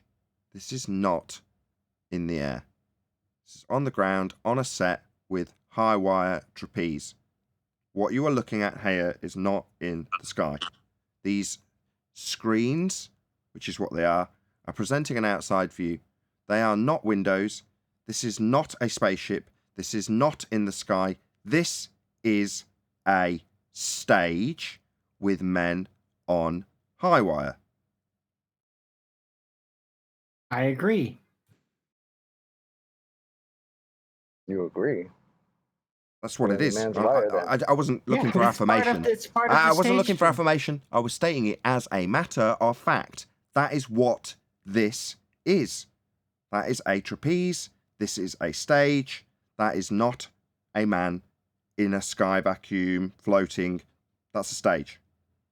Fact. And next to this stage is the White House stage with "Let's Go Brandon." Right. No, I just want to make this point. I agree with Nathan. This is staged. I've kind of already defaulted, like, yeah, whatever they say about what's happening up there, that can't happen. So this was probably done separate and then added in later. That doesn't automatically default William Shatner from actually having gone up in the rocket. It's just a separate thing. Hold on. Show me, please. I can't. I just can't exclude it either. Right. Okay. As far as I'm concerned, William Shatner hasn't even gone up high. Hasn't even gone up high in the sky. That hasn't happened. As far as just one more thing. So, Chocolate, back to you. You said that you suspect that they're just sending up a firework. Yeah, that's what's happened. Nobody's gone up high. Shatner's not even gone anywhere. Yeah, I don't think they're taking the chance to put people in these things that supposedly to explode half the time they try to send them up there anyway. Not in these ones. You're going to take this beloved actor and put him in this thing? Nah, I don't think this thing doesn't and then explode. with no footage except the 3 seconds? Nah, I don't think Well, let's carry No, on. that's a straw man because these rockets don't explode. Okay, fine. They don't. Go on, Ted. Let's carry. In previous times with NASA projects, yeah, that's dangerous. These things, no, they don't. Okay, let's carry on with what Arwin is saying just for entertainment. Let's say it doesn't explode and it actually went up. But this part, Arwin agrees, is filmed on the Earth and is a stage. So then everything this man says is a lie. Correct. No. Yes, correct. That's fact. No. Every part, every aspect. I didn't need any more than a second of that footage to know what a trapeze looks like. Instantly, I can see what a high wire looks like. I know what a high wire is. I've seen enough high wires, right? So that's a high wire. Instantly, everything else is fake. Because if that one aspect that's supposed to be filmed from a higher vantage point on a spaceship is fake, then it's all fake. Except for the caravan. I disagree. No. What is fake is fake. What is not fake is not fake. No. One being fake, obviously fake, does not exclude the other from being real. It does. Right, I could have drawn a line under this just by the fact that they'd gone up to what was claimed to be a height that was the Kármán line. Right? As soon as you go up to an area that's claimed to be beyond an area where gas isn't filling the space, in other words, they're at the point beyond a second law of thermodynamics violation as a claimed destination. I could have drawn a line under it there. But up until that point, having seen literally none of it, with the descriptions given to me, I'm like, I'm prepared to tolerate that they might have managed to get him up in the sky and drop him back down again, because you're not going to subject William Shatner to what you've just seen on screen. That would be massive G-forces from a rocket forcing him up into a claim to be place that doesn't exist. So that bit definitely didn't happen. Then when you cut to the footage 3 seconds or otherwise, I only need a split second of that to know what I'm looking at. That has been filmed here. There's no question in my mind about it. So therefore, he hasn't been sent up in the penis rocket, and he hasn't given us any pictures from the vantage point that was claimed. The paid actor. Well, that's not shocking. This is all... It's all a charade. It's all nonsense. It's all a big lie. I disagree. It might be. I'm not excluding that you are right. I'm just saying it doesn't necessarily have to be completely like that. Yes, fine. Hold on. Yeah, just let me. Let me lead you. Hello, Arwin. Okay, let Arwin give his Joe Rogan. Maybe there's moon bases on the moon, and they've got a secret mission that really did it. So was there a separate mission for him? Rogan. Was there a separate with Rogan? Was it separate mission that maybe sent him up off behind the scenes, and he did really go up? It just wasn't any of the fake stuff that we've already pointed out. It was a separate mission, right, Arwin? No. That's a straw man. Not a straw man. If he didn't go up on the fake rocket to the fake place that definitely wasn't the destination of the film footage, because it doesn't exist, regardless of all the objections to the materials used and the differential for the claim to be fake place that doesn't exist, that immediately draws a line under it. But then when you cut to men on trapeze that's going out with the propaganda news footage as being in a rocket, that instantaneously means that part of the presentation that is claimed to be showing Shatner going to space isn't real. So unless you can claim that he's gone up by some other means, he didn't do this, Arwin. No. Okay, No, can I reply without you can. freaking interruption? Yeah, you can. for Go ahead, once? Darwin. Yeah, so I totally disagree with that. Because, yes, he is an actor. Yes, he likes to play along with these games. I'm pretty sure that he did do a high wire, supposedly non-gravity stunt with these guys in separate footage and allowed it to be added on to the official story. That doesn't mean that he didn't actually get in the rocket and just fly up there like a big ride. You can't exclude that. Just because there is a piece of fake, obviously, very clearly fake footage presented, doesn't mean that the event didn't happen. It just didn't happen the way they want us to believe There it it is. happened. But boom, there it is. The way they want us to believe. So therefore, separate, non-viewed. No, they've just presented a story, a little fairy tale, and that's what we've got. No, separate could be some other way, Arwin. That's my point. It's added on. Not added to. That's the only stuff we have. Added to what? The separate stuff that we're not seeing that you assume is out there? No, it doesn't exclude him from actually going up there. It just yes, it does. Goes to show that he went along to give a fake presentation of how the mechanics work with this high wire situation, right? Just means that he's a sci-fi enthusiast. He worked along with it to reinforce the belief of space and how it's supposed to work. Doesn't exclude him from actually having gone up in the rocket. It didn't go up in the penis, man. What is your problem? Why are you fighting for this, Arwin? There's a I'm nice just part being after mechanically correct here. I'm being correct. After they separate the supposed head of the penis from the rest of it, and this comes down, they're not showing what's going on with the capsule. So how do we know that that shit wasn't just dropped off by some passing plane or something? How do we know that? It could be. I agree. This is a quantum situation. We don't know for sure. It could be all faked, but it doesn't necessarily have to be. It's on screen. It is fake. They are on high wire. What part of this are you finding defensible? Because none of it's defensible, Arwin. Don't side. It's just facts. It's on screen. It's literally on screen. The guy's on a high wire. The moment I see this, I know beyond all certitude that what's been presented isn't what it's claimed to be. I'm not going to then suddenly try and cognitively process how it could be what they've said, but have shown this shit, which is clearly a man on fucking high wire. Can I interject something here? Art? The hair's all sprayed as well. Like hair's supposed to flow in weightlessness. It's not supposed to be sprayed up and be all like erected. Hair doesn't get erected in zero gravity. It'd be all flowing around like water. It'd be effortlessly gliding around. You don't see that with the women's hair. You see like sprayed hair. It's all like it just doesn't look real at all.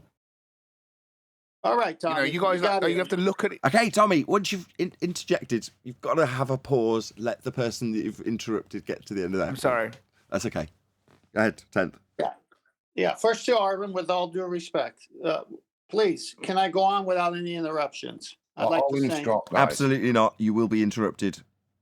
Well, if he's dropped, then I won't. Thank you. Okay. For Arwen's position to have any weight, so to speak, he'd have to agree that the shot that he said was fake was real. Precisely.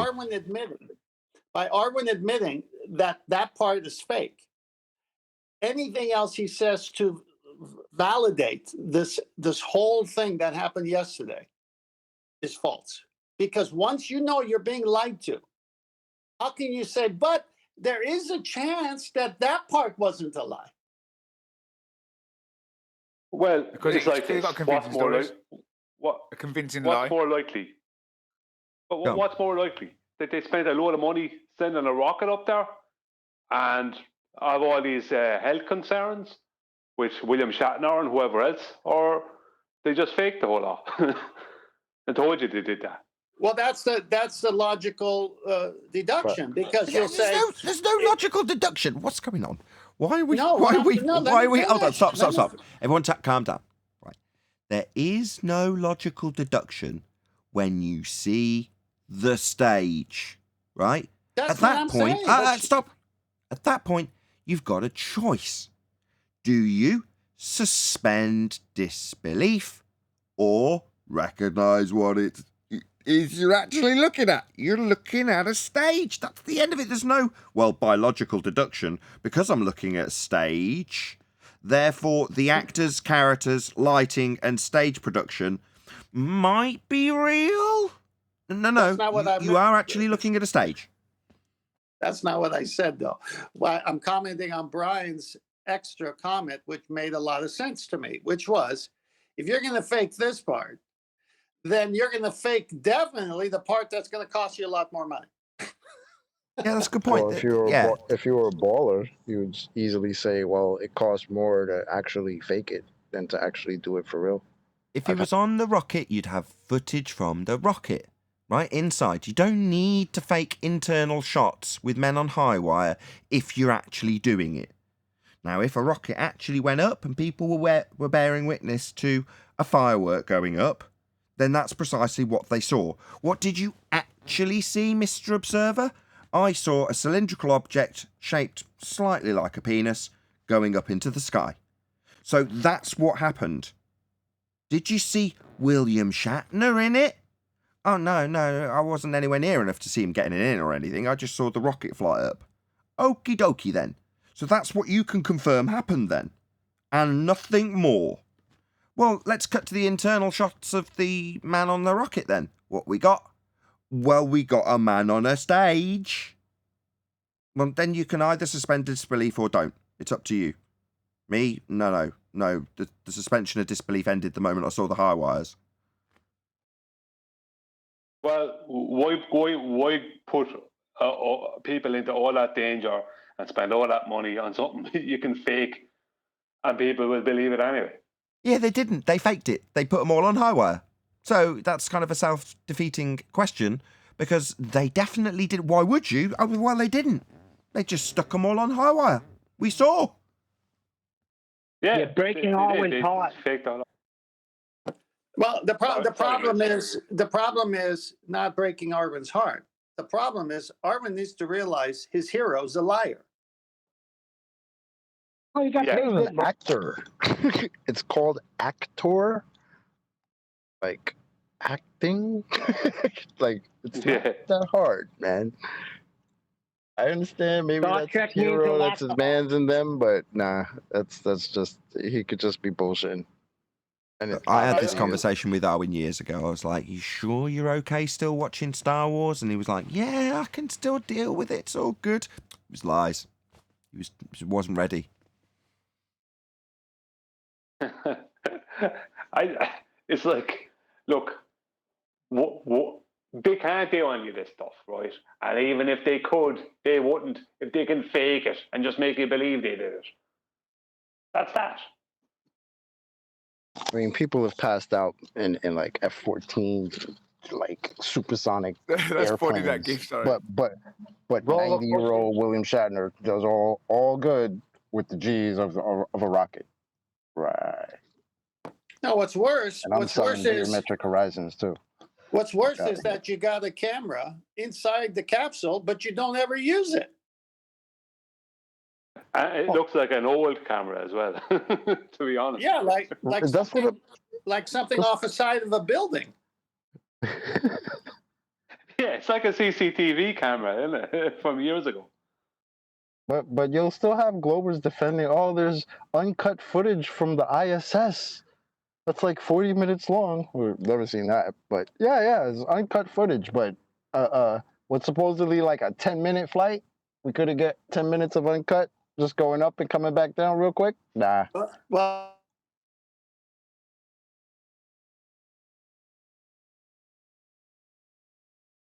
and there to make it look like it's being filmed and it's real. When actually, an iPhone camera is so much better and it's very flat shape with protection inside of the ship, and you wouldn't even know it was there. But no, they got to put this big one there So see, we're filming this because we're not afraid to prove we're into space, except we never see any footage.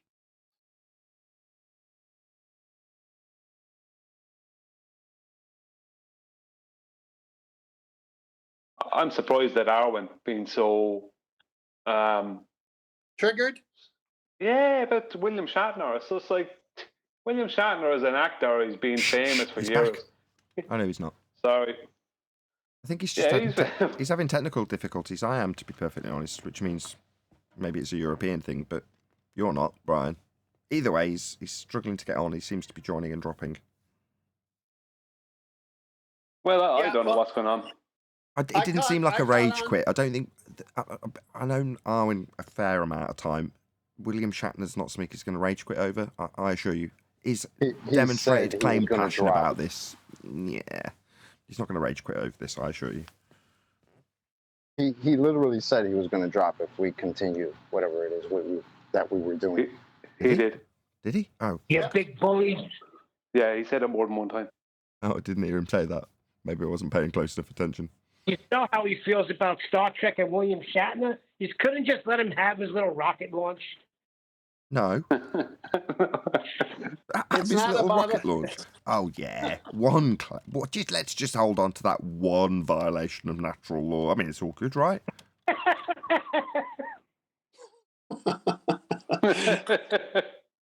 Well, he's a good actor, that William Shatner, I gotta admit. Okay.